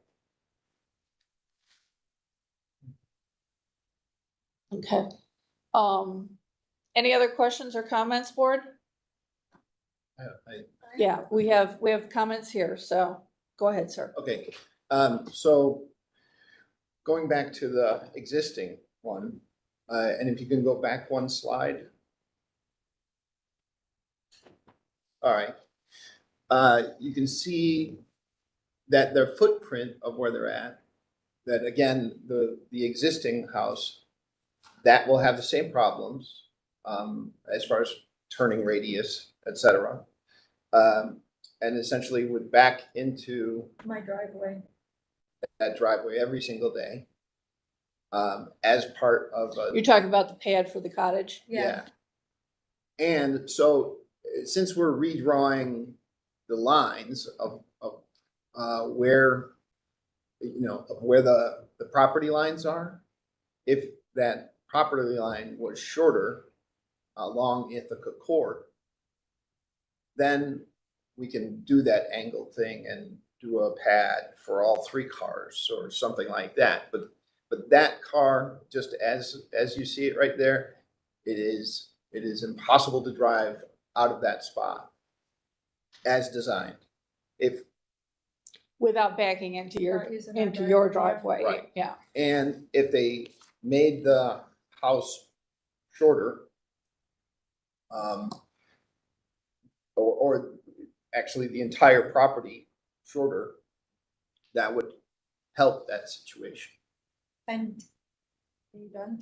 I think. Okay. I think You just that's- want to state your name for them. Oh, and that was Pete McCain. Okay. Thank you, Mr. So McCain. Avril McAnally. This is Echo Village. Okay, Echo Village was started with Detroit Shoreway Neighborhood Development in 1998. Sustainable, and this is on their website, dscdo.org, detroitshoreway.org. Sustainable, diverse community centered around West 65th Lorraine Avenue RTA Rapid Station. In our community, we have the only community garden right there on Ithaca Court. This is the entrance to it. My home is a green home. The home next to me is a green home. Behind us on 58th Street, there are green townhomes with solar panels. There are more green homes built. There are tiny homes built. There's a sign on the lamppost in one of your shots. It says Echo Village on the lamppost, right on the corner of 54th and Ithaca. I would love it if the designer or the home builder would consider that this is the only community garden in Echo Village. This is Echo Village. There is green housing, there is tiny housing, there's all these different, like the permeable parking, that sounds in character with that. It would be like really sellable, I think, if they did something green, ecological, and kept in with the spirit of our neighborhood. Thank you. Thank Anything you. else from you folks? Okay. Mr. Cody, do you have any other comments? I would like to just, so I know we're treating these as one, as one BZA item, but I would like to comment a little more on the existing, the existing home, and the parking situation with that one. So I did, in this case, we provided, a larger turning radii. So I'm not sure, and that is actually that other CDOC drawing. So essentially, it provides it provides the same 8.27 foot turning radius on the house side of the existing home. So if you go back to the, I guess we could either open that drawing or just go back to that previous slide. So yeah, if you zoom in a little bit on the existing. Let's see. I'm not sure what page you want. Go to the page where the grass is highlighted green. I'm not entirely sure which one that was, but where they have just the site plan. Yes. So that turning radius. Can you zoom in? Can you zoom in, Maurice, please? Thank you. Yes, and you go to the other home, the existing home.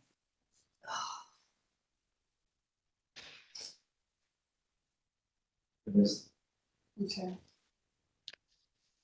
So in this instance, I spoke to my architect and we brainstormed ideas on the parking situation for this home. Again, this home currently has no parking. I would not qualify the beat up pad there as any parking, any substantial parking at the moment. So in this case, we basically are proposing that this driveway would have to be backed into. So Ithaca Court is a one-way. It is a very low traffic court in terms of vehicular traffic. So essentially we were able to increase the turning radius on the house side of the driveway to match the 8.27 feet for the new home. So that was the alternative we did come up with for the existing home. I will state that, I guess backing up, but again, we're seeking the variance to allow for the parking in the proposal for both homes. It basically because of obviously general concerns that usually get brought up in terms of new housing construction, with basically, parking around the neighborhood if no parking is provided for the homes. So I just, for those on the board, the decision was made to go for parking, even with those small lot lines, because, we felt that would be a better alternative to, essentially providing limited or no parking for the, for the development. To be honest, I'm a very much an urban, I guess I enjoy urban environments. And I actually personally agree with the, message of Eco Village. So, and again, we have a property that's right up the street we're not providing any parking. But I think in this case, we found that we could provide parking, albeit a little tight, versus the alternative of essentially no parking at all for this existing cottage. And that's kind of where we came up with the design. I felt that it was the best alternative for both situations. Okay, thank you. And can I just add one last thing? Sure. Okay, beat me, King. So that house was abandoned about the original The cottage. The cottage was abandoned about 9 years ago. Lived there for 12 years.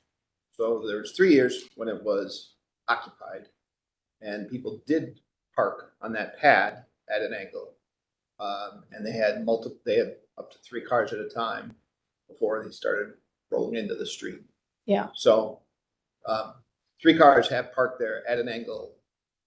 That's what he did when they lived there. But it's a vacant lot. It's a vacant lot. Yeah. So Right. that's not going to apply when they build a house. Yeah. Right. Okay. That Yeah. works until like the owners of the existing house built a fence right on their property line too. Right. Mhm. So Right, I mean, right. they run into that. Yeah. Okay. Any thoughts, Maurice? Maurice Wilson, planning, yeah, this is another difficult one. I do also share your concerns about the lack of maneuverability because of the location of the driveway. It's very tight. Now, granted, almost all alleys are tight. Right. Sometimes you've got garage doors, against each other, and a lot of times you will have garages that are backing up into a fence. The difference being that most of the time, there's more distance from the garage door to the alley because it's a different arrangement of a lot where you can actually move the garage further back. They can't move the garage back because of the property line.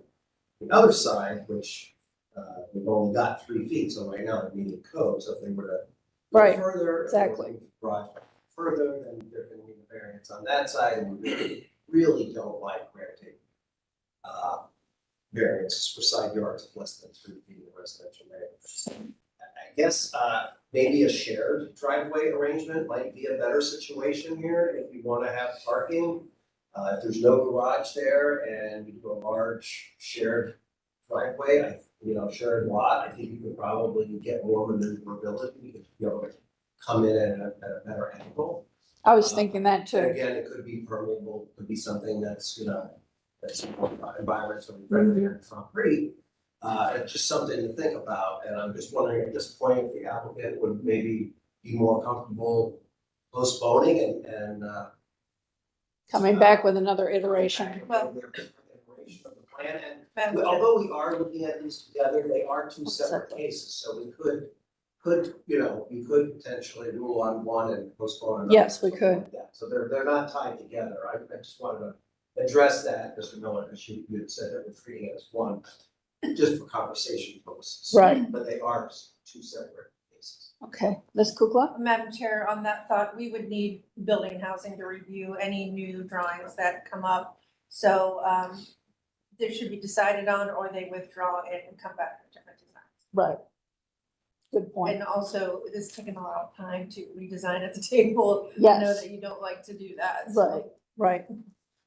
Okay, so did you hear what Ms. Kukla just said, Mr. Miller? Not all of it, no. I think Okay. a little. All right, why don't you repeat that for him? Any major changes to your site plans will need review from building and housing again. So I advise the board to either make a decision on it today or for the appellant to withdraw and reapply to building and housing if you feel that this site plan is not gonna work. Okay. So, and I think what you've heard between myself, Mr. Rulins, Ms. Roca's questions, are some, we're kind of thinking a different iteration of this might be better suited for you. So it is your decision if you want to withdraw today, or we can take it to a vote. Okay. I would like to withdraw and do a at this time. Okay, thank you. All right, calendar number 23-107 is withdrawn. So, and 106 as well. And 106. Yeah, 23-106, 23-107, withdrawn.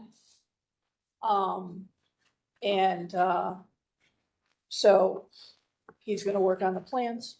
Thank you. Thank Okay. you very much. We may see you again, we may not. Thank you. All right. All right, moving on, calendar number 23-131, Ms. Holzer. Sounds good. Our next case is calendar number 23-131. This is at 1356 West 65th Street. Elizabeth Martin proposes to erect a single-family residence with a wooden deck on the second floor of a two-car garage, parenthetically, existing single-family residence in front, in a B1 two-family residential district. The owner appeals for relief from the strict application of the Cleveland Codified Ordinances as stated in the agenda and the public record, of which there are 4. Again, there's a note that city planning approval is required. This case was postponed at the request of the appellant due to a scheduling conflict back on August 14th. And with that, I apologize, I have my participant list closed. I will hand it over to Ms. Roca for the oath. All right, I'm swearing, Maurice. I have not memorized the oath. No. We'll get you a cheat sheet just in case. I'm swearing in all who are present for this case, do you swear or affirm that the testimony you are about to give is the whole truth and nothing but the truth? Please separately raise your hand, reply I do, state your name for the record and your address. Magdalena Young, 15614 Detroit Avenue, Lakewood. Elizabeth Martin, 1356 West 65th, Cleveland. I do. Andrew Fontana Rosa, 1356 West 65th, Cleveland, Ohio, 44102. You need me to spell my last name? That was my question, Andrew. Thank F as you. in Frank, O, N as in Nancy, T as in Tom, A, N as in Nancy, A, R, O, S, A. Thank you. Okay. She is not present, but we do have a court reporter. Magdalena? Yes, Magdalina. Thank you. All right. Did we get everybody? Is there anyone on the call for this case? All right, No. moving on. All right, history of the property plan? There's been no change in the zoning since 1929. We found in our records administration that in 2014, there was a rental registration issued to the property, again in 2015. And as well in 2015, we found that a permit was issued to erect 234 linear feet of 6-foot high fence with gate. You may remember, Madam Chair, that it's been 3 years, this board granted a variance with conditions in calendar number 053. This was ratified on July 27th, 2020. The same owner proposed to erect a 10 by 20 two-story frame room addition and an 8 by 20 second floor open wood deck, fence, and parking space. The owner appealed for relief from sections regarding interior side yard and a fence running parallel to and adjacent to the building on the same property. The board raised concerns in this case about a parking pad in the front yard. Parking in the front yard is rarely granted by the board due to its impact on the character of the neighborhood. The board requested that the concrete pad only be used for loading and unloading and not parking. The appellant agreed. The City Planning Commission recommended approval for the addition, stated that the impact is minimal since the addition is in line with the existing house. And so therefore, after due consideration of the testimony, the board granted the variance with the condition that no permanent parking will be placed on the concrete pad in front of the house. This was ratified on July 27th, 2020. That's all I have. Thank you. Ms. Roca is kind enough to pull up the site plan on her laptop, so I'm looking at that. And I very much remember that case with the parking pad in the front, so. All right, legal standard, please. Madam Chair, members of the Board, appellant is requesting area variances for the minimum lot width, minimum floor area, minimum lot area, required rear yard, and minimum distance requirements in zoning code. To obtain the area variance, appellant must prove that denying the request will create a practical difficulty not generally shared by other land or buildings in the same district, will deprive the appellant of substantial property rights, and that granting variances will not be contrary to the purpose and intent of the zoning. Thank you. All right, are you gonna be the spokesperson? I can start. Okay. Sure, yeah. So we would like to, we're planning to put in a garage, which we are now able to do because we own the lot next to us. So we previously did not have parking, did not have room for a driveway. So we would like to put in a garage, and in thinking about putting in that garage, we felt like it makes the most sense to add living space above the garage. Our home is on the small side for the neighborhood, but within, it kind of fits within the character of the neighborhood. Most of the lots, not many of the lots have front and back homes. We also have seen a number of new construction garages go up in our immediate neighborhood that have living space above them, including some friends of ours on 69th. So we wanted to be able to have some additional living space for our family. We currently have a mother-in-law who watches kids and sleeps on our couch 2 nights a week, bless her heart. And my husband could have room for office space. He is able to work from home, but we can't accommodate it in our current home size. So that's our vision for the living space above the garage. I know that we have, so we, I have owned the home since 2015. Like I said, we were unable to fit a driveway and a garage previous to the lot, but we really want to stay within the fabric of the neighborhood and support the city's stated vision for density. So that's kind of where we're at. I know Maggie can speak to some of the more technical aspects of the project and the variances. Sure. So the reason they were able to get the access back here for a garage is they purchased the lot next door and were able to grant an easement. So there's a driveway situation that will now allow both those properties to have access to the back. Okay. So it also kind of relieves some on-street parking problems in the neighborhood as well. So I think this is a great solution, and that they were able to make this path happen. So there's a number of things that we're going through for variances.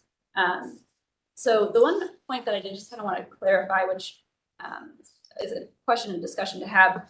It's noted that the distance between the two buildings on here is, they're calling out 27.3 feet.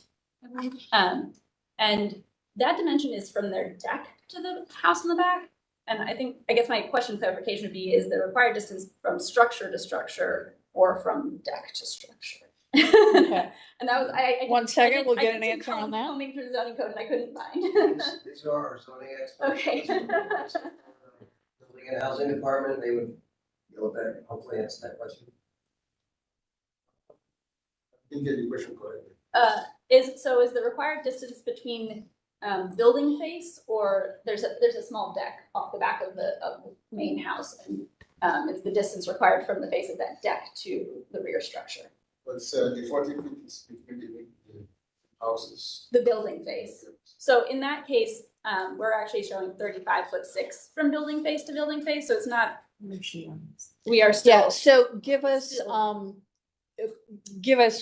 the number of the variants to Oh, which this yes, question. I'm sorry, this is for, number 3. Number 3. Yes. All right, so on number 3, So rather now than- that we've got that cleared up, Rather that than gives you what 27.3, distance? it's going to be 35'6". Okay, 35, 6 If- feet. Madam Chair, they'll still need the variance because Correct. it's 40 feet. It's a smaller variance. Right, Yeah, that's why I wanted exactly. to clarify that, was just, I thought that was kind of an easy one to start us off to kind of clarify that. That gets us rolling. Yeah, exactly. Okay, so do you want to just go through the other ones as sort of a punch Let's list go for through the us then? punch list here. So the minimum lot width being 50 foot, that would be calling as a 2-family lot is where the 50 feet is coming from. Obviously, the lot is existing at 30. This is typical for the neighborhood. There are many, as was mentioned, there's many other properties in this neighborhood that have 2-family buildings or doubles on the 30-foot width. So this is kind of a typical condition for this neighborhood. So that would be kind of just asking for a variance based on existing conditions, not meeting current zoning code. Okay.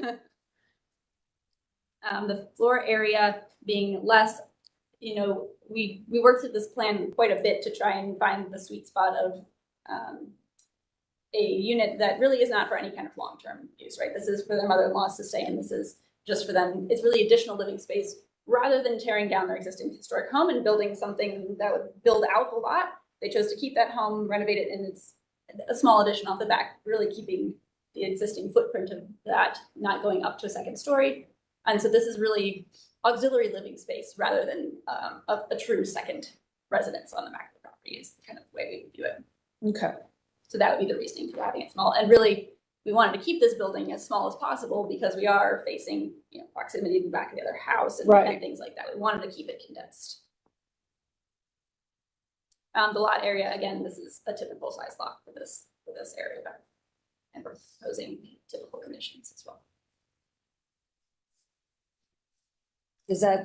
Are you speaking to number okay. 2? No, that's the third line item on the first Oh, okay. thing. Yeah. The lot area. So that would be again related just to Number 1 conditions. was kind of chock full. It was.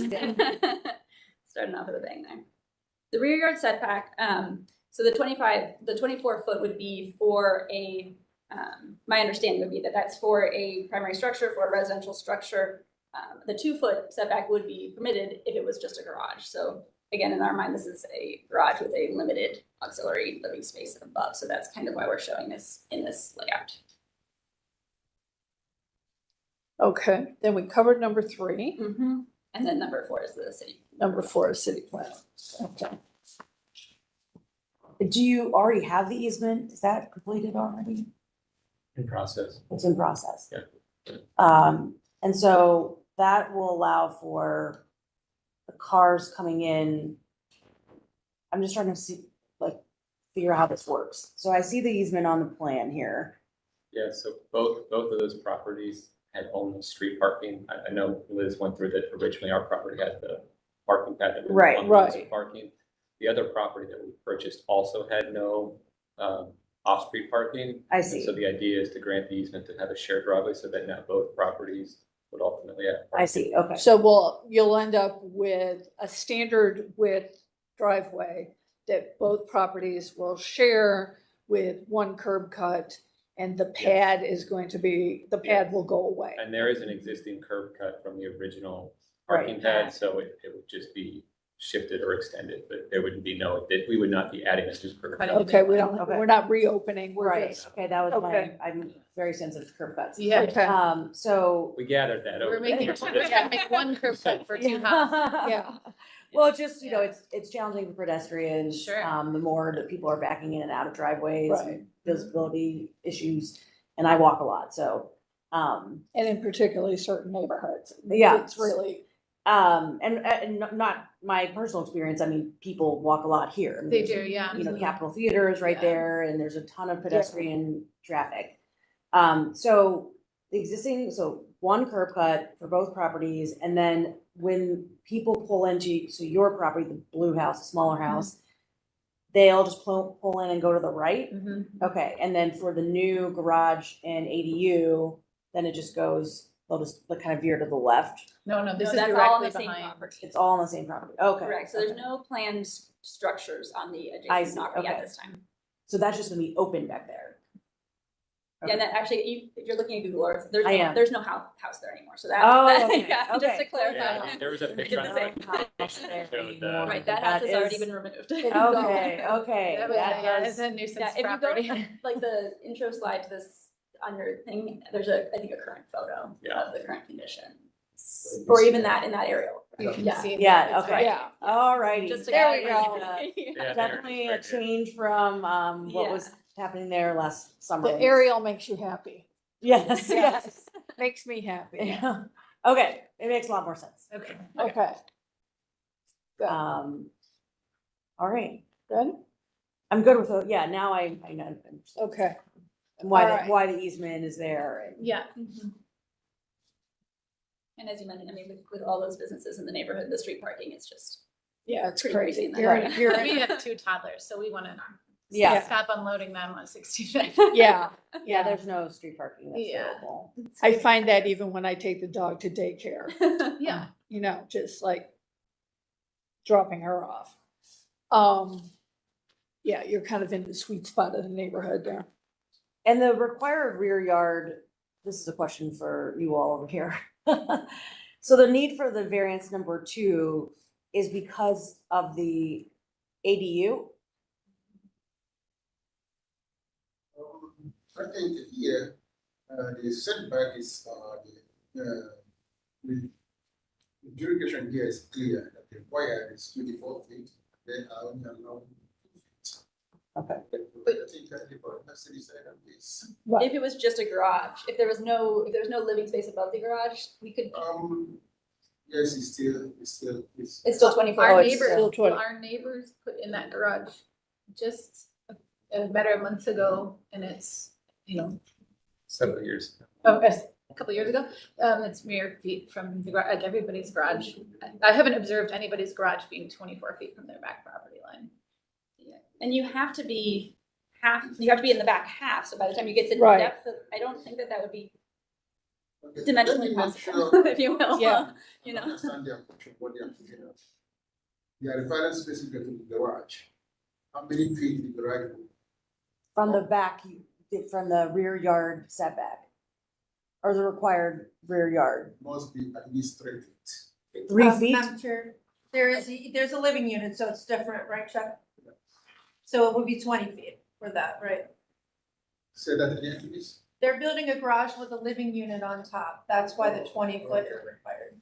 No, yeah, at this point, the code would not see it as garage. I see. Yeah, Yeah, that's what we're saying. The code would see it As a living space. As a living And so it is space. because it is considered an accessory dwelling unit.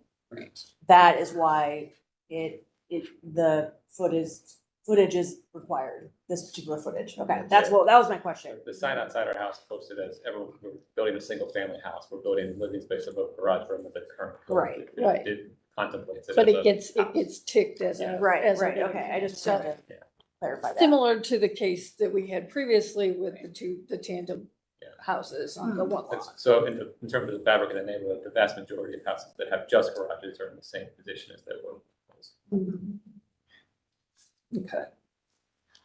Ms. Holzer, you have any question or comment? No? Okay, No, thank you. all right.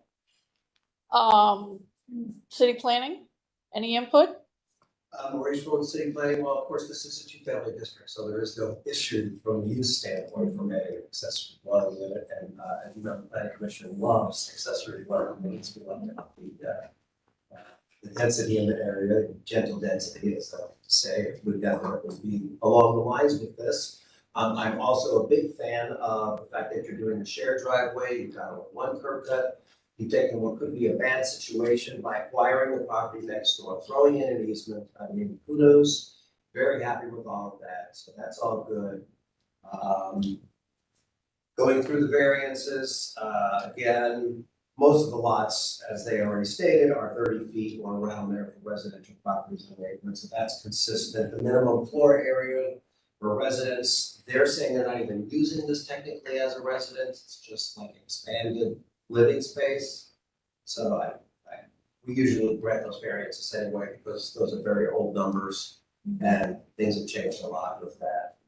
So we would not worry about that. The 24 feet rear yard is something we usually grant for these accessory dwelling units. Again, it's very old code written in 1929, as everybody knows. And in order to do accessory dwelling units, in most of the properties, like this one, which is a standard property for the city of Cleveland, you're not gonna get that 24 feet rear yard behind that garage. It's just not gonna happen. And I will point out that in our new pilot form-based code project that's slowly working its way to adoption, you know, something like this would be completely acceptable and doable, and you could do it.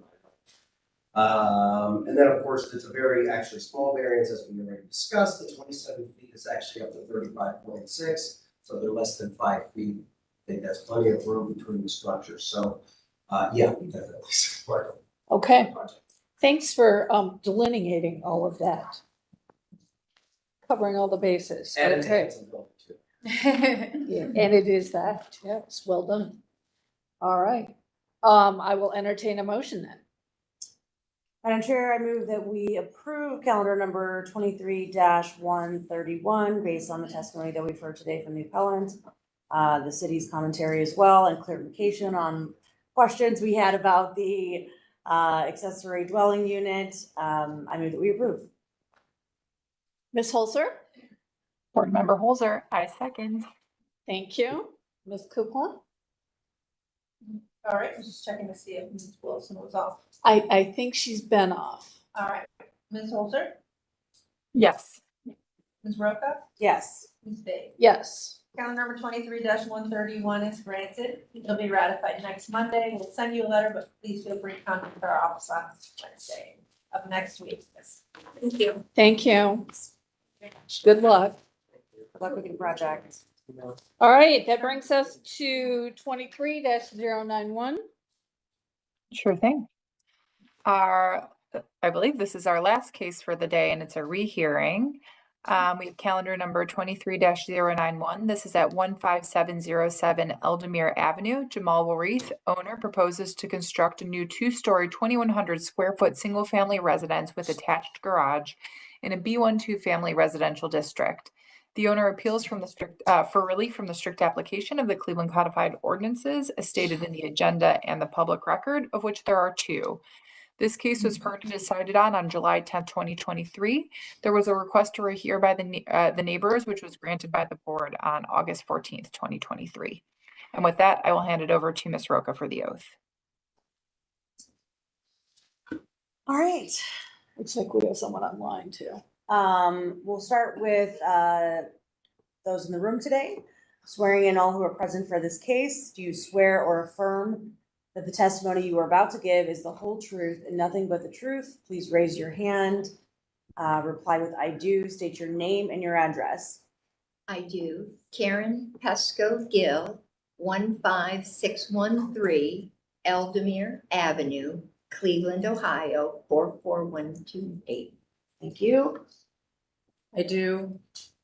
Harold Pesco Resnock, address 15613 Eldemere Avenue, Cleveland, 44128. Thank you. And sir? Jamal Ward, 2319 North Taylor, Cleveland Heights, 441. Thank you. And is there anyone on the call today for this case? I am.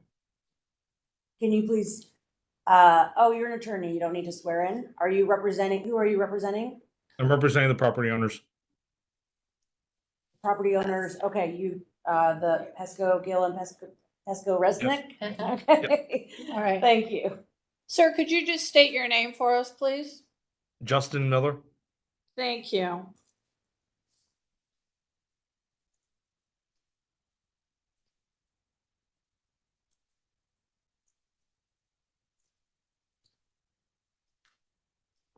Okay, this rehearing was at the request of the ladies here, so we'll hear from you. We've heard everything in terms of history and legal standard. Legal standard, I actually, if I could use a refresher on. Okay. that one. Mary, are you prepared to give us a refresher, please, on legal standard here? Madam Chair, members of the Board, appellant is requesting area variances for the rear yard and interior side yard requirements of the zoning code.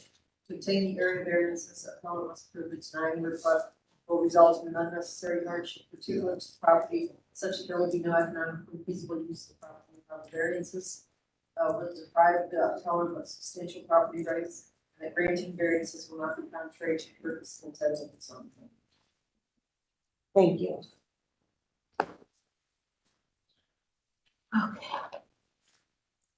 Okay, good.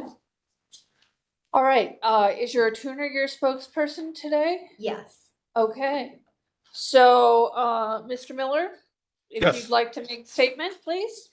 Thank you, Your Honor. According to the resolution from the July 10th meeting, the board had found that a variance was allowed, but apparently it did not address the actual legal standard necessary. I mean, we've had several cases already today regarding garages and variances, and this board even saying that certain changes would not affect the property owner's rights. My client had emailed the secretary, forwarded the secretary email from a architect who had gone over all the plans, gone over the survey, and indicated that things can be done to the property without the need for a variance. In fact, the issue with the survey was somewhat addressed, but not really addressed at the initial meeting. The issue with the survey was apparently the fence was not on my client's property line. However, when you look at the survey itself, it does show that the fence is essentially right on the line of the property. So there is no need to remove the fence. There's no need to require the variance in this matter. Given all the issues that have been brought forth in front of the board today, by allowing this variance to go forward would essentially countermand some of the very statements in at this meeting. So we would ask the board reconsider, and especially in light of their own statements today, whether or not a variance is necessary in this matter, because it doesn't impact the owner's property rights. It doesn't put an unnecessary burden on him to stick within the required variances or required distances between the property line and either a detached garage or an attached garage, depending on what he plans on doing. So, Mr. Miller, we, the reason that we agreed to the rehearing was that there was new evidence showing that the fence was on the neighbor's, your client's property rather than on the appellant's property. So that's why we agreed to this rehearing. So has there been a professional survey done by your clients proving that the fence is on their property? Well, the photographs from the survey prove that the fence was on their line. Right there. His survey that he testified, this is Karen Gill. Thank you. It was testified by the builder that the fence was on his property based on that survey July 10. But the survey shows, when we got home and took pictures, the fence line by his surveyor shows that no, our fence sets back at the back part almost 14 inches. And then when you get up to the curb, his survey shows this is our property. the curb and all the way back to the fence is all our property. So he doesn't have the right to take the fence down, and why should he have the 3 foot? It's going to, as the attorney mentioned, it's gonna cause damage to the fence with him only having that 18 inches. And the coding says for an attached garage, it should be. It won't Right. impact his. And those photos were attached to the rehearing request. Right, we Right, saw we- these. We did see them. Okay. So. That gets emailed out to us ahead, so we saw those. So, Mr. Miller, as I understand your argument, you are arguing that because in the July 10th hearing, it was presented to the board that the fence was on Mr. Ward's property, and upon further review of the survey, the fence is on the adjacent property owner's property, and therefore you are arguing that the variance should not be granted as a result of the fence being on the adjacent neighbor's property. Is that your argument? Well, partially, because if and it also depends on the stance that the board's taking. If the stance is that because the property, because the fence was allegedly on the builder's property by over a foot, and therefore the variance is necessary, I would argue no, that's not the case, because the fence is actually on the line. And if the position of the fence in relation to the building was the primary reason for the decision, then I would say based on this new information that the fence is on the property line, then no, the variance isn't required. The other issue is, I'm not necessarily sure that the builder has provided a substantial justification, presuming that the argument regarding the position of the fence was correct in the first place. Outside of that, the variance, that the denial of the variance would result in financial hardship or some sort of reduction in his property rights. So, I mean, it's essentially, it's a twofold argument. But if the primary issue is the position of the fence, because the information is now clarified exactly where that position is, and that position is right on the property line, then no, the variance should not be granted, because the fence is actually closer to my client's property than previously believed. Thank you for clarifying. As she wants to provide more. Madam Chair, I would, if I could jump in, I would just. Yeah, jump in. I'd like to state, maybe read the sections that were cited in the notice of nonconformance last time. Section 357.08B1 states that the depth of the required rear yard shall in no case be less than 20 feet or less than the height of the main building. And section 357.09B2, which states required interior side yard is 3 feet, where the proposed interior side yard is 1 foot. So the measurement is not taken from the fence, it is taken from the property.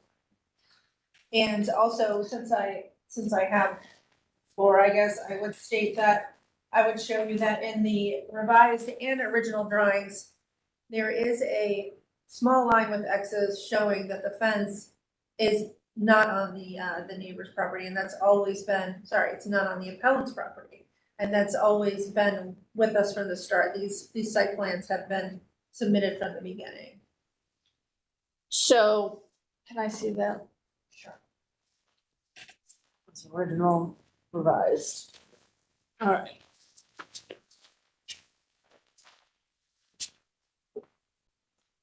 Also up on the screen too, but it's easier to read here. Yeah, it is. Okay.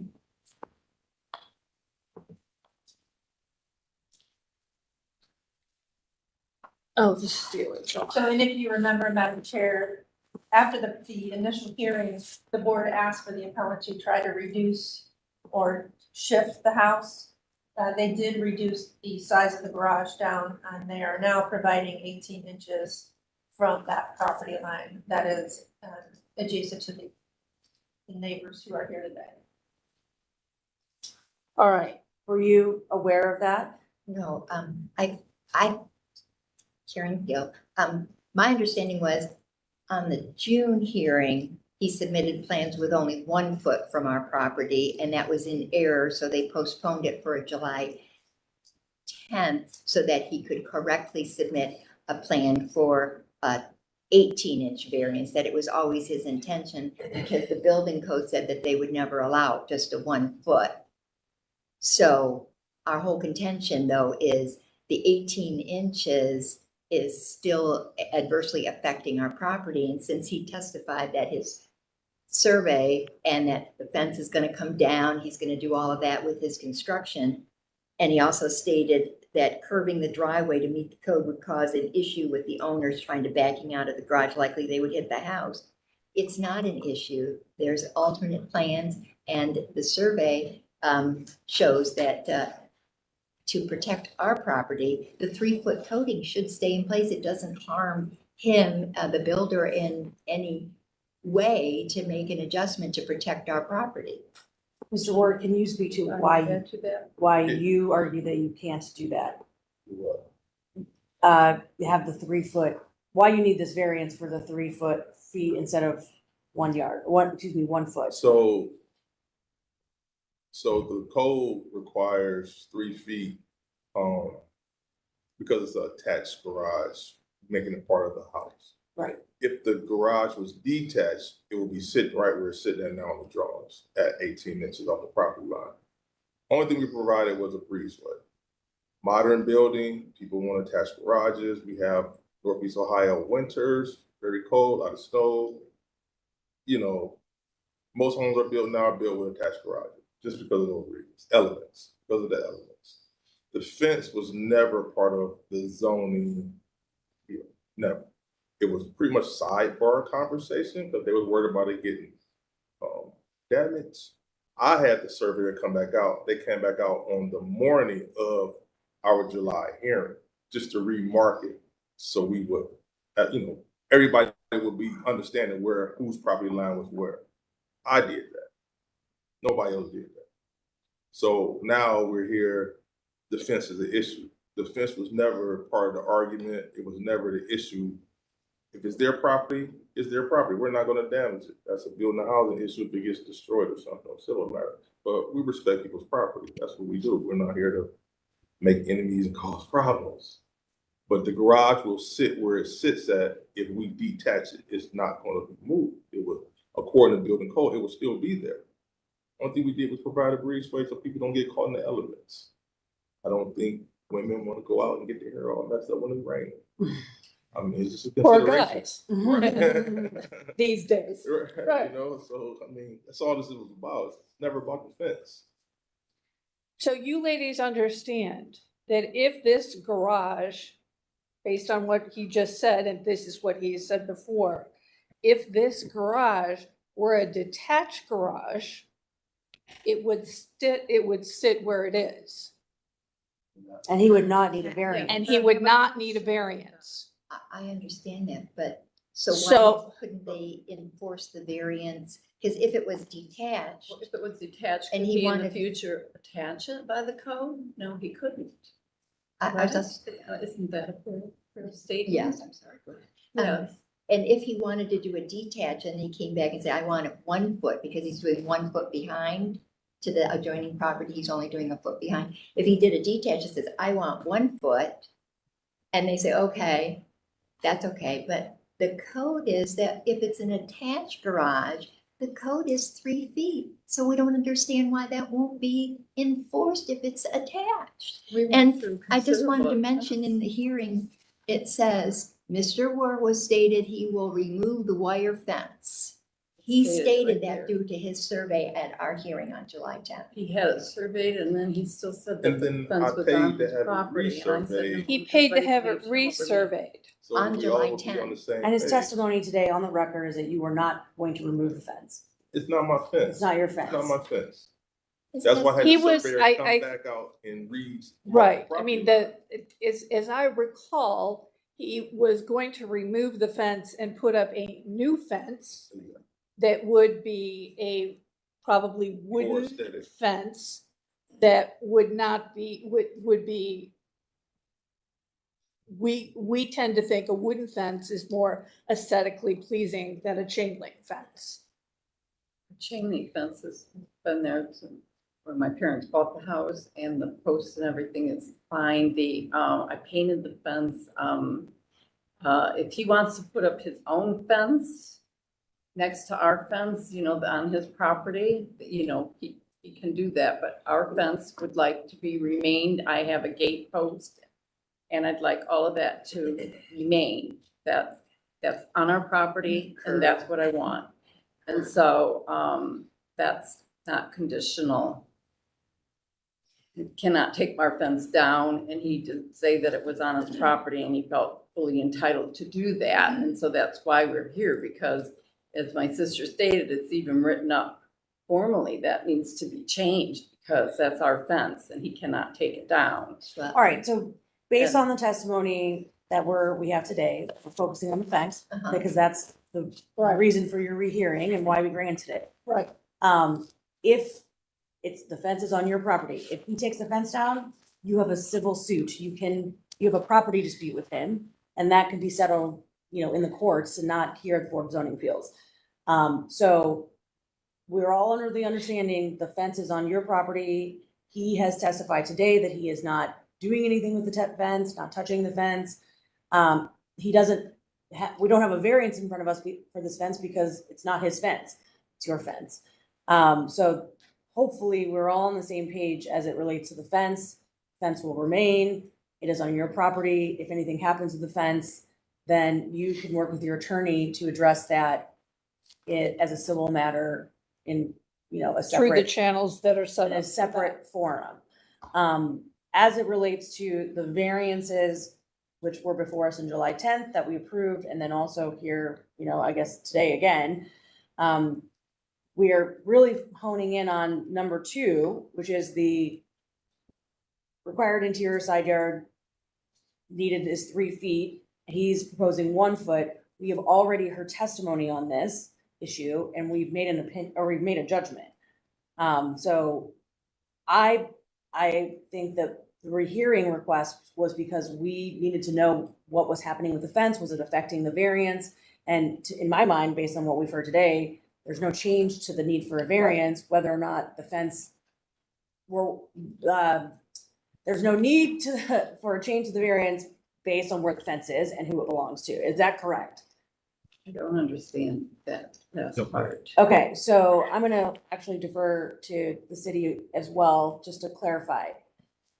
My understanding is that the fence being on their property has no bearing on the need for Mr. Ward's variance in number 2. Yeah, well, they're not related at all. Right. I mean, I think the only thing that caused this was the, Mr. Ward. So I'm sorry, I said Ward, I'm sorry, it's Ward. I apologize. Mistakenly said he was gonna take the fence down, which I probably was just a He said mistake. I don't remember which meeting that was, and that's why we're here. But yeah, I have not changed my opinion. I still think that 18 inches is fine for this garage. And the fence, it's not on, I don't know how more plainly to say it. It's not on the appellant's property, so they're not gonna touch it. We went through. And if this were just a detached garage, as you just stated. Right. 18 inches meets code. Right. So he'd still be building the exact same garage for all intents and purposes, whether it's attached or detached. And all garages are required to be 18 inches off the property line, and they managed to build them, without any problems, even if there's a fence there. So I just don't see I didn't see the need for the rehearing, and I would reiterate that I support the variance. Well, I think the need, in my mind, the need for the rehearing, or why we granted the rehearing, was to clarify for the record, there was a misstatement that the fence was on Mr. Warwick's property when it in fact isn't. So we're clarifying that. Right. The fence is on the Miss Pesco Gill and Miss Pesco Resonate's property. And so that is clear on the record. And we've also now have testimony from the appellant that nothing is happening with that fence. So for purposes of this rehearing, I think we've met our objectives. And we have further testimony on the record that the position of the fence has no bearing on the variance that was granted on July 10th by this board as it relates to the garage. I had a question. Yeah. When we had asked that the garage be 3 feet from our property line, he said that it would create an issue. And so we went through great lengths to have an architect show that the garage could be built with a 3-foot variance. If you could look at the 2 drawings, he proposed 2 different drawings that I actually think that the builder would be interested in, because it does propose an easier way for the car to pull in and out. Also, you have room to even maybe put 2 cars in, and it does not interfere with his proposed deck. One pulled in at an angle and the other pulled in where the garage is built more behind the house. Just to show it. This shows that It can be done, the attached we garage paid can be done we in paid 3 the feet architect to without impacting draw the it so that the garage is right here, and then it doesn't impose on, see, the vehicle would come in and then it would back out. It just angles this wall there a little bit. It's Ladies, I'm gonna stop you there, okay? Okay. He's designed the house. It's been through the process. Mhm. The house was approved as designed. I know you don't like the design, but it's not your aesthetic, and that's a personal thing. So why you're here is because you said that you had new evidence as to the property line. And right. And so we've heard that testimony. And Ms. Roca has reiterated that. So that for the record, everything is set clear. City planning still supports the variance and the 18 inches off the property line. Mr. Wyeth was going to replace the fence to offer something that what is generally considered these days more aesthetically pleasing. If you have an attachment to the chain link fence that is on your property, you can keep the chain link fence. He will work around that. And as Ms. Roca said, God forbid, I'm saying that, she didn't say that, but if God forbid there is some damage to the chain link fence in the process of the construction, then that becomes a civil suit. That is not something that we hear today. We're here to address the setback issue, period. We've already ruled on that. You said you had new evidence, so we brought you back. Okay? We've seen you now 3 times. You're lovely ladies. Glad to have you with us. But we've been through this. Okay? So for the prior cases, when they felt that impacting their property, the attached garage. I'm going to stop you right there. We take every single case individually. So what happened in another case does not necessarily reflect on any other case. That's what we do. We take a look at it. Every neighborhood is different. Every block is different. Every house is different. Every parcel is different. So it is for us, that's why we're here, is to review everything and hear testimony and make judgment calls. And we are, you know, this is what we do. City planning, this is what they do. You know, this is our realm of expertise. And then I will just also state for the record, with respect to the legal standard, in the previous hearing on July 10th, we, the board, did address, and the testimony, you can go back to the transcript if you like. We did address angling the driveway. That was a discussion that was had. Right. And the board, in its judgment, determined that that would be a hardship, a necessary hardship to the appellant to angle the garage in one of the ways that you provided in your example. We, the board, feel that, or not feel that, ruled right. that would impose an unnecessary hardship onto this appellant to have to angle his property's driveway and garage in this manner, and that the variance was acceptable, and that is why we approved it. So it's a decision that was rendered under the appropriate legal standard, and we made our judgment accordingly. While we appreciate you bringing these additional drawings to us, I know you paid an architect to do that. We had already decided that matter under the area variance legal standard.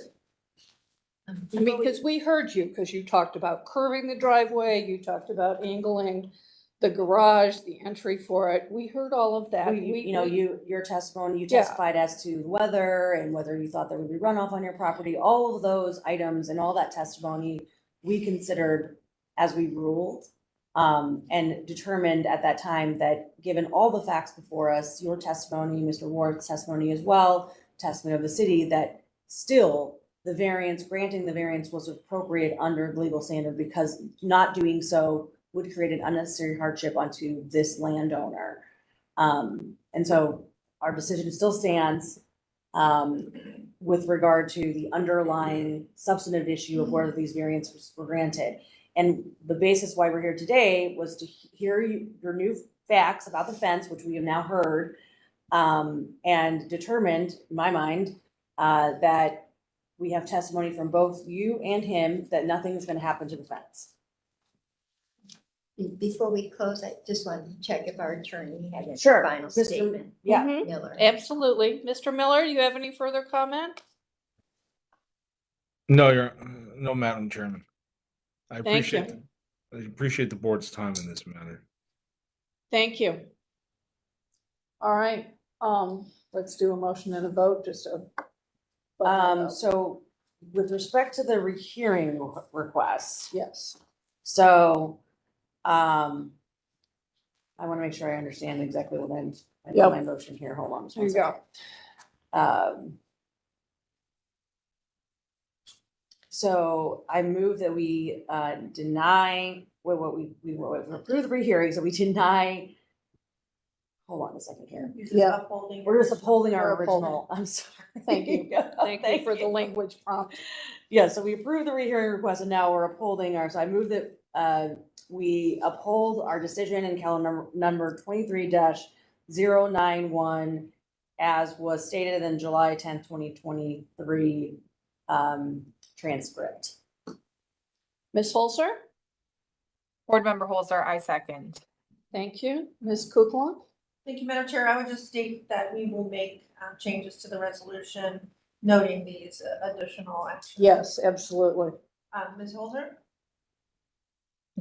Yes, I think. Well, hold on. Yes. Yes, we're upholding, Yes. So yes. Ms. Roca? Yes. Ms. Bay? Yes. And I apologize for the procedural confusion there.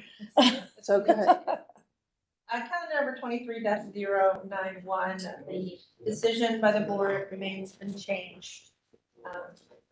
Changes will be made to the resolution that we will send to building and housing attached to Okay. the application. Great, Do we thank get a you. copy? Yeah, you will get a copy. You will get a copy, yeah. Well, thank And you, he's gonna ladies. be very careful Thank with you your for fence. Accepting our appeal Thank you, and letting ladies. us come forward.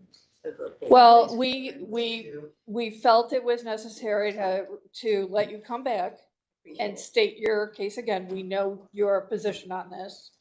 And, And we wanted to make sure we had the correct facts. right, Yeah. Thank and you I because for we want to be, we clarifying. wanted to be very coming clear on everything. together to resolve issues. Yeah. Coming together to work things out. So we're just trying to be helpful at the same time. Yeah, no, you went to a lot of effort. We know that. Yeah. So, Thank you very much. Thank you very much. Thank And I get to keep you. my fence. yeah, so you can have your fence. Thank you. Thank you. Have a good day. I believe somebody had their hand raised on the call for some reason, so no. Yeah. Oh, that was the attorney. All right. No, I. Mr. Miller, did you have And anything when I build else? my garage, I know. No, exactly I what believe to Anita go to. Meyerson is the one who has her hand up. You do nice design. I'm sorry, Yeah. your client's talking. I didn't hear what you said. I think it's. Anita Meyerson is the one who has her hand up. Oh, This is okay. our copy. We'll need this for the file. actually. Yeah, I'm not sure. Anita Meyerson? I have a copy. Madam Chair, I think that was in regards to case number 23-102. They put some information in the chat. Okay. Okay. Oh, okay. Oh. All right. Did we So- catch that? Thank you. There is, Yep. Thank you. she contacted my assistant and stated that the October 2nd is not good for her. Anita Meyerson is one of the. Oh, for the first case that was postponed, Yeah, the planning commission. So you could do the 13th. I am recused anyway. So if you wanted to do. You're the 13th. recused anyway? and this Yeah. one on Clinton? Oh, Okay. yeah. Okay, the 9th. Okay, we get, so how are you feeling? With the debate? The 9th is okay, is it open, and, the 13th as well, so. If you feel like we're gonna have quorum, let's go to the 9th. Do you think we will have a new member by, you said October? Oh, I guess that's, if you wanna push it to the middle of October, so that gives us a better chance of. Yeah, having- let's do that. All right, so what does that make it, the 16th? Yeah, that would be the middle. And All I right. would- I would not be here. October 16th, oh, very good. But you're recused anyway. I'm recused anyway, and the 9th is Columbus Day. Okay, I don't think we get off. So we don't have a meeting on the fifth? No, we're not doing the hearing on October 2nd, we're now going to do it on October 16th. Okay, ma'am, we're gonna move the case to October 16th. If that works, if there's. All right, we're trying to make sure we have a quorum for you because we will have one recusal, so we want to make sure that you're not in a position where we don't have quorum for you. Is that acceptable? Yes, thank you. All right. So we're gonna go to the 16th then. Yes, ma'am. All right. Excellent. All right, that brings us to old business.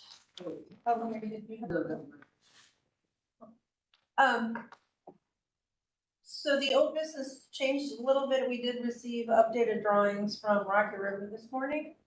If you remember, it's the pizza place. Yeah. For a fence along the side. Yep. Street, as well as landscaping in the front and cut sheet. We received all of that this morning.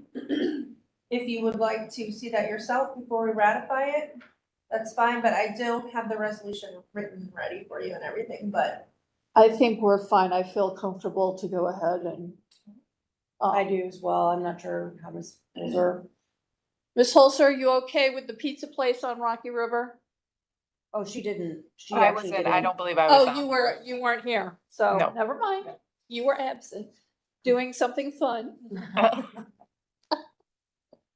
I, no objection. Okay. No objection. All right, is that the only thing? That was the only addition from what I sent you. So that's number 8, so we can do 2 through 6 without objection, board? Without objection. All right.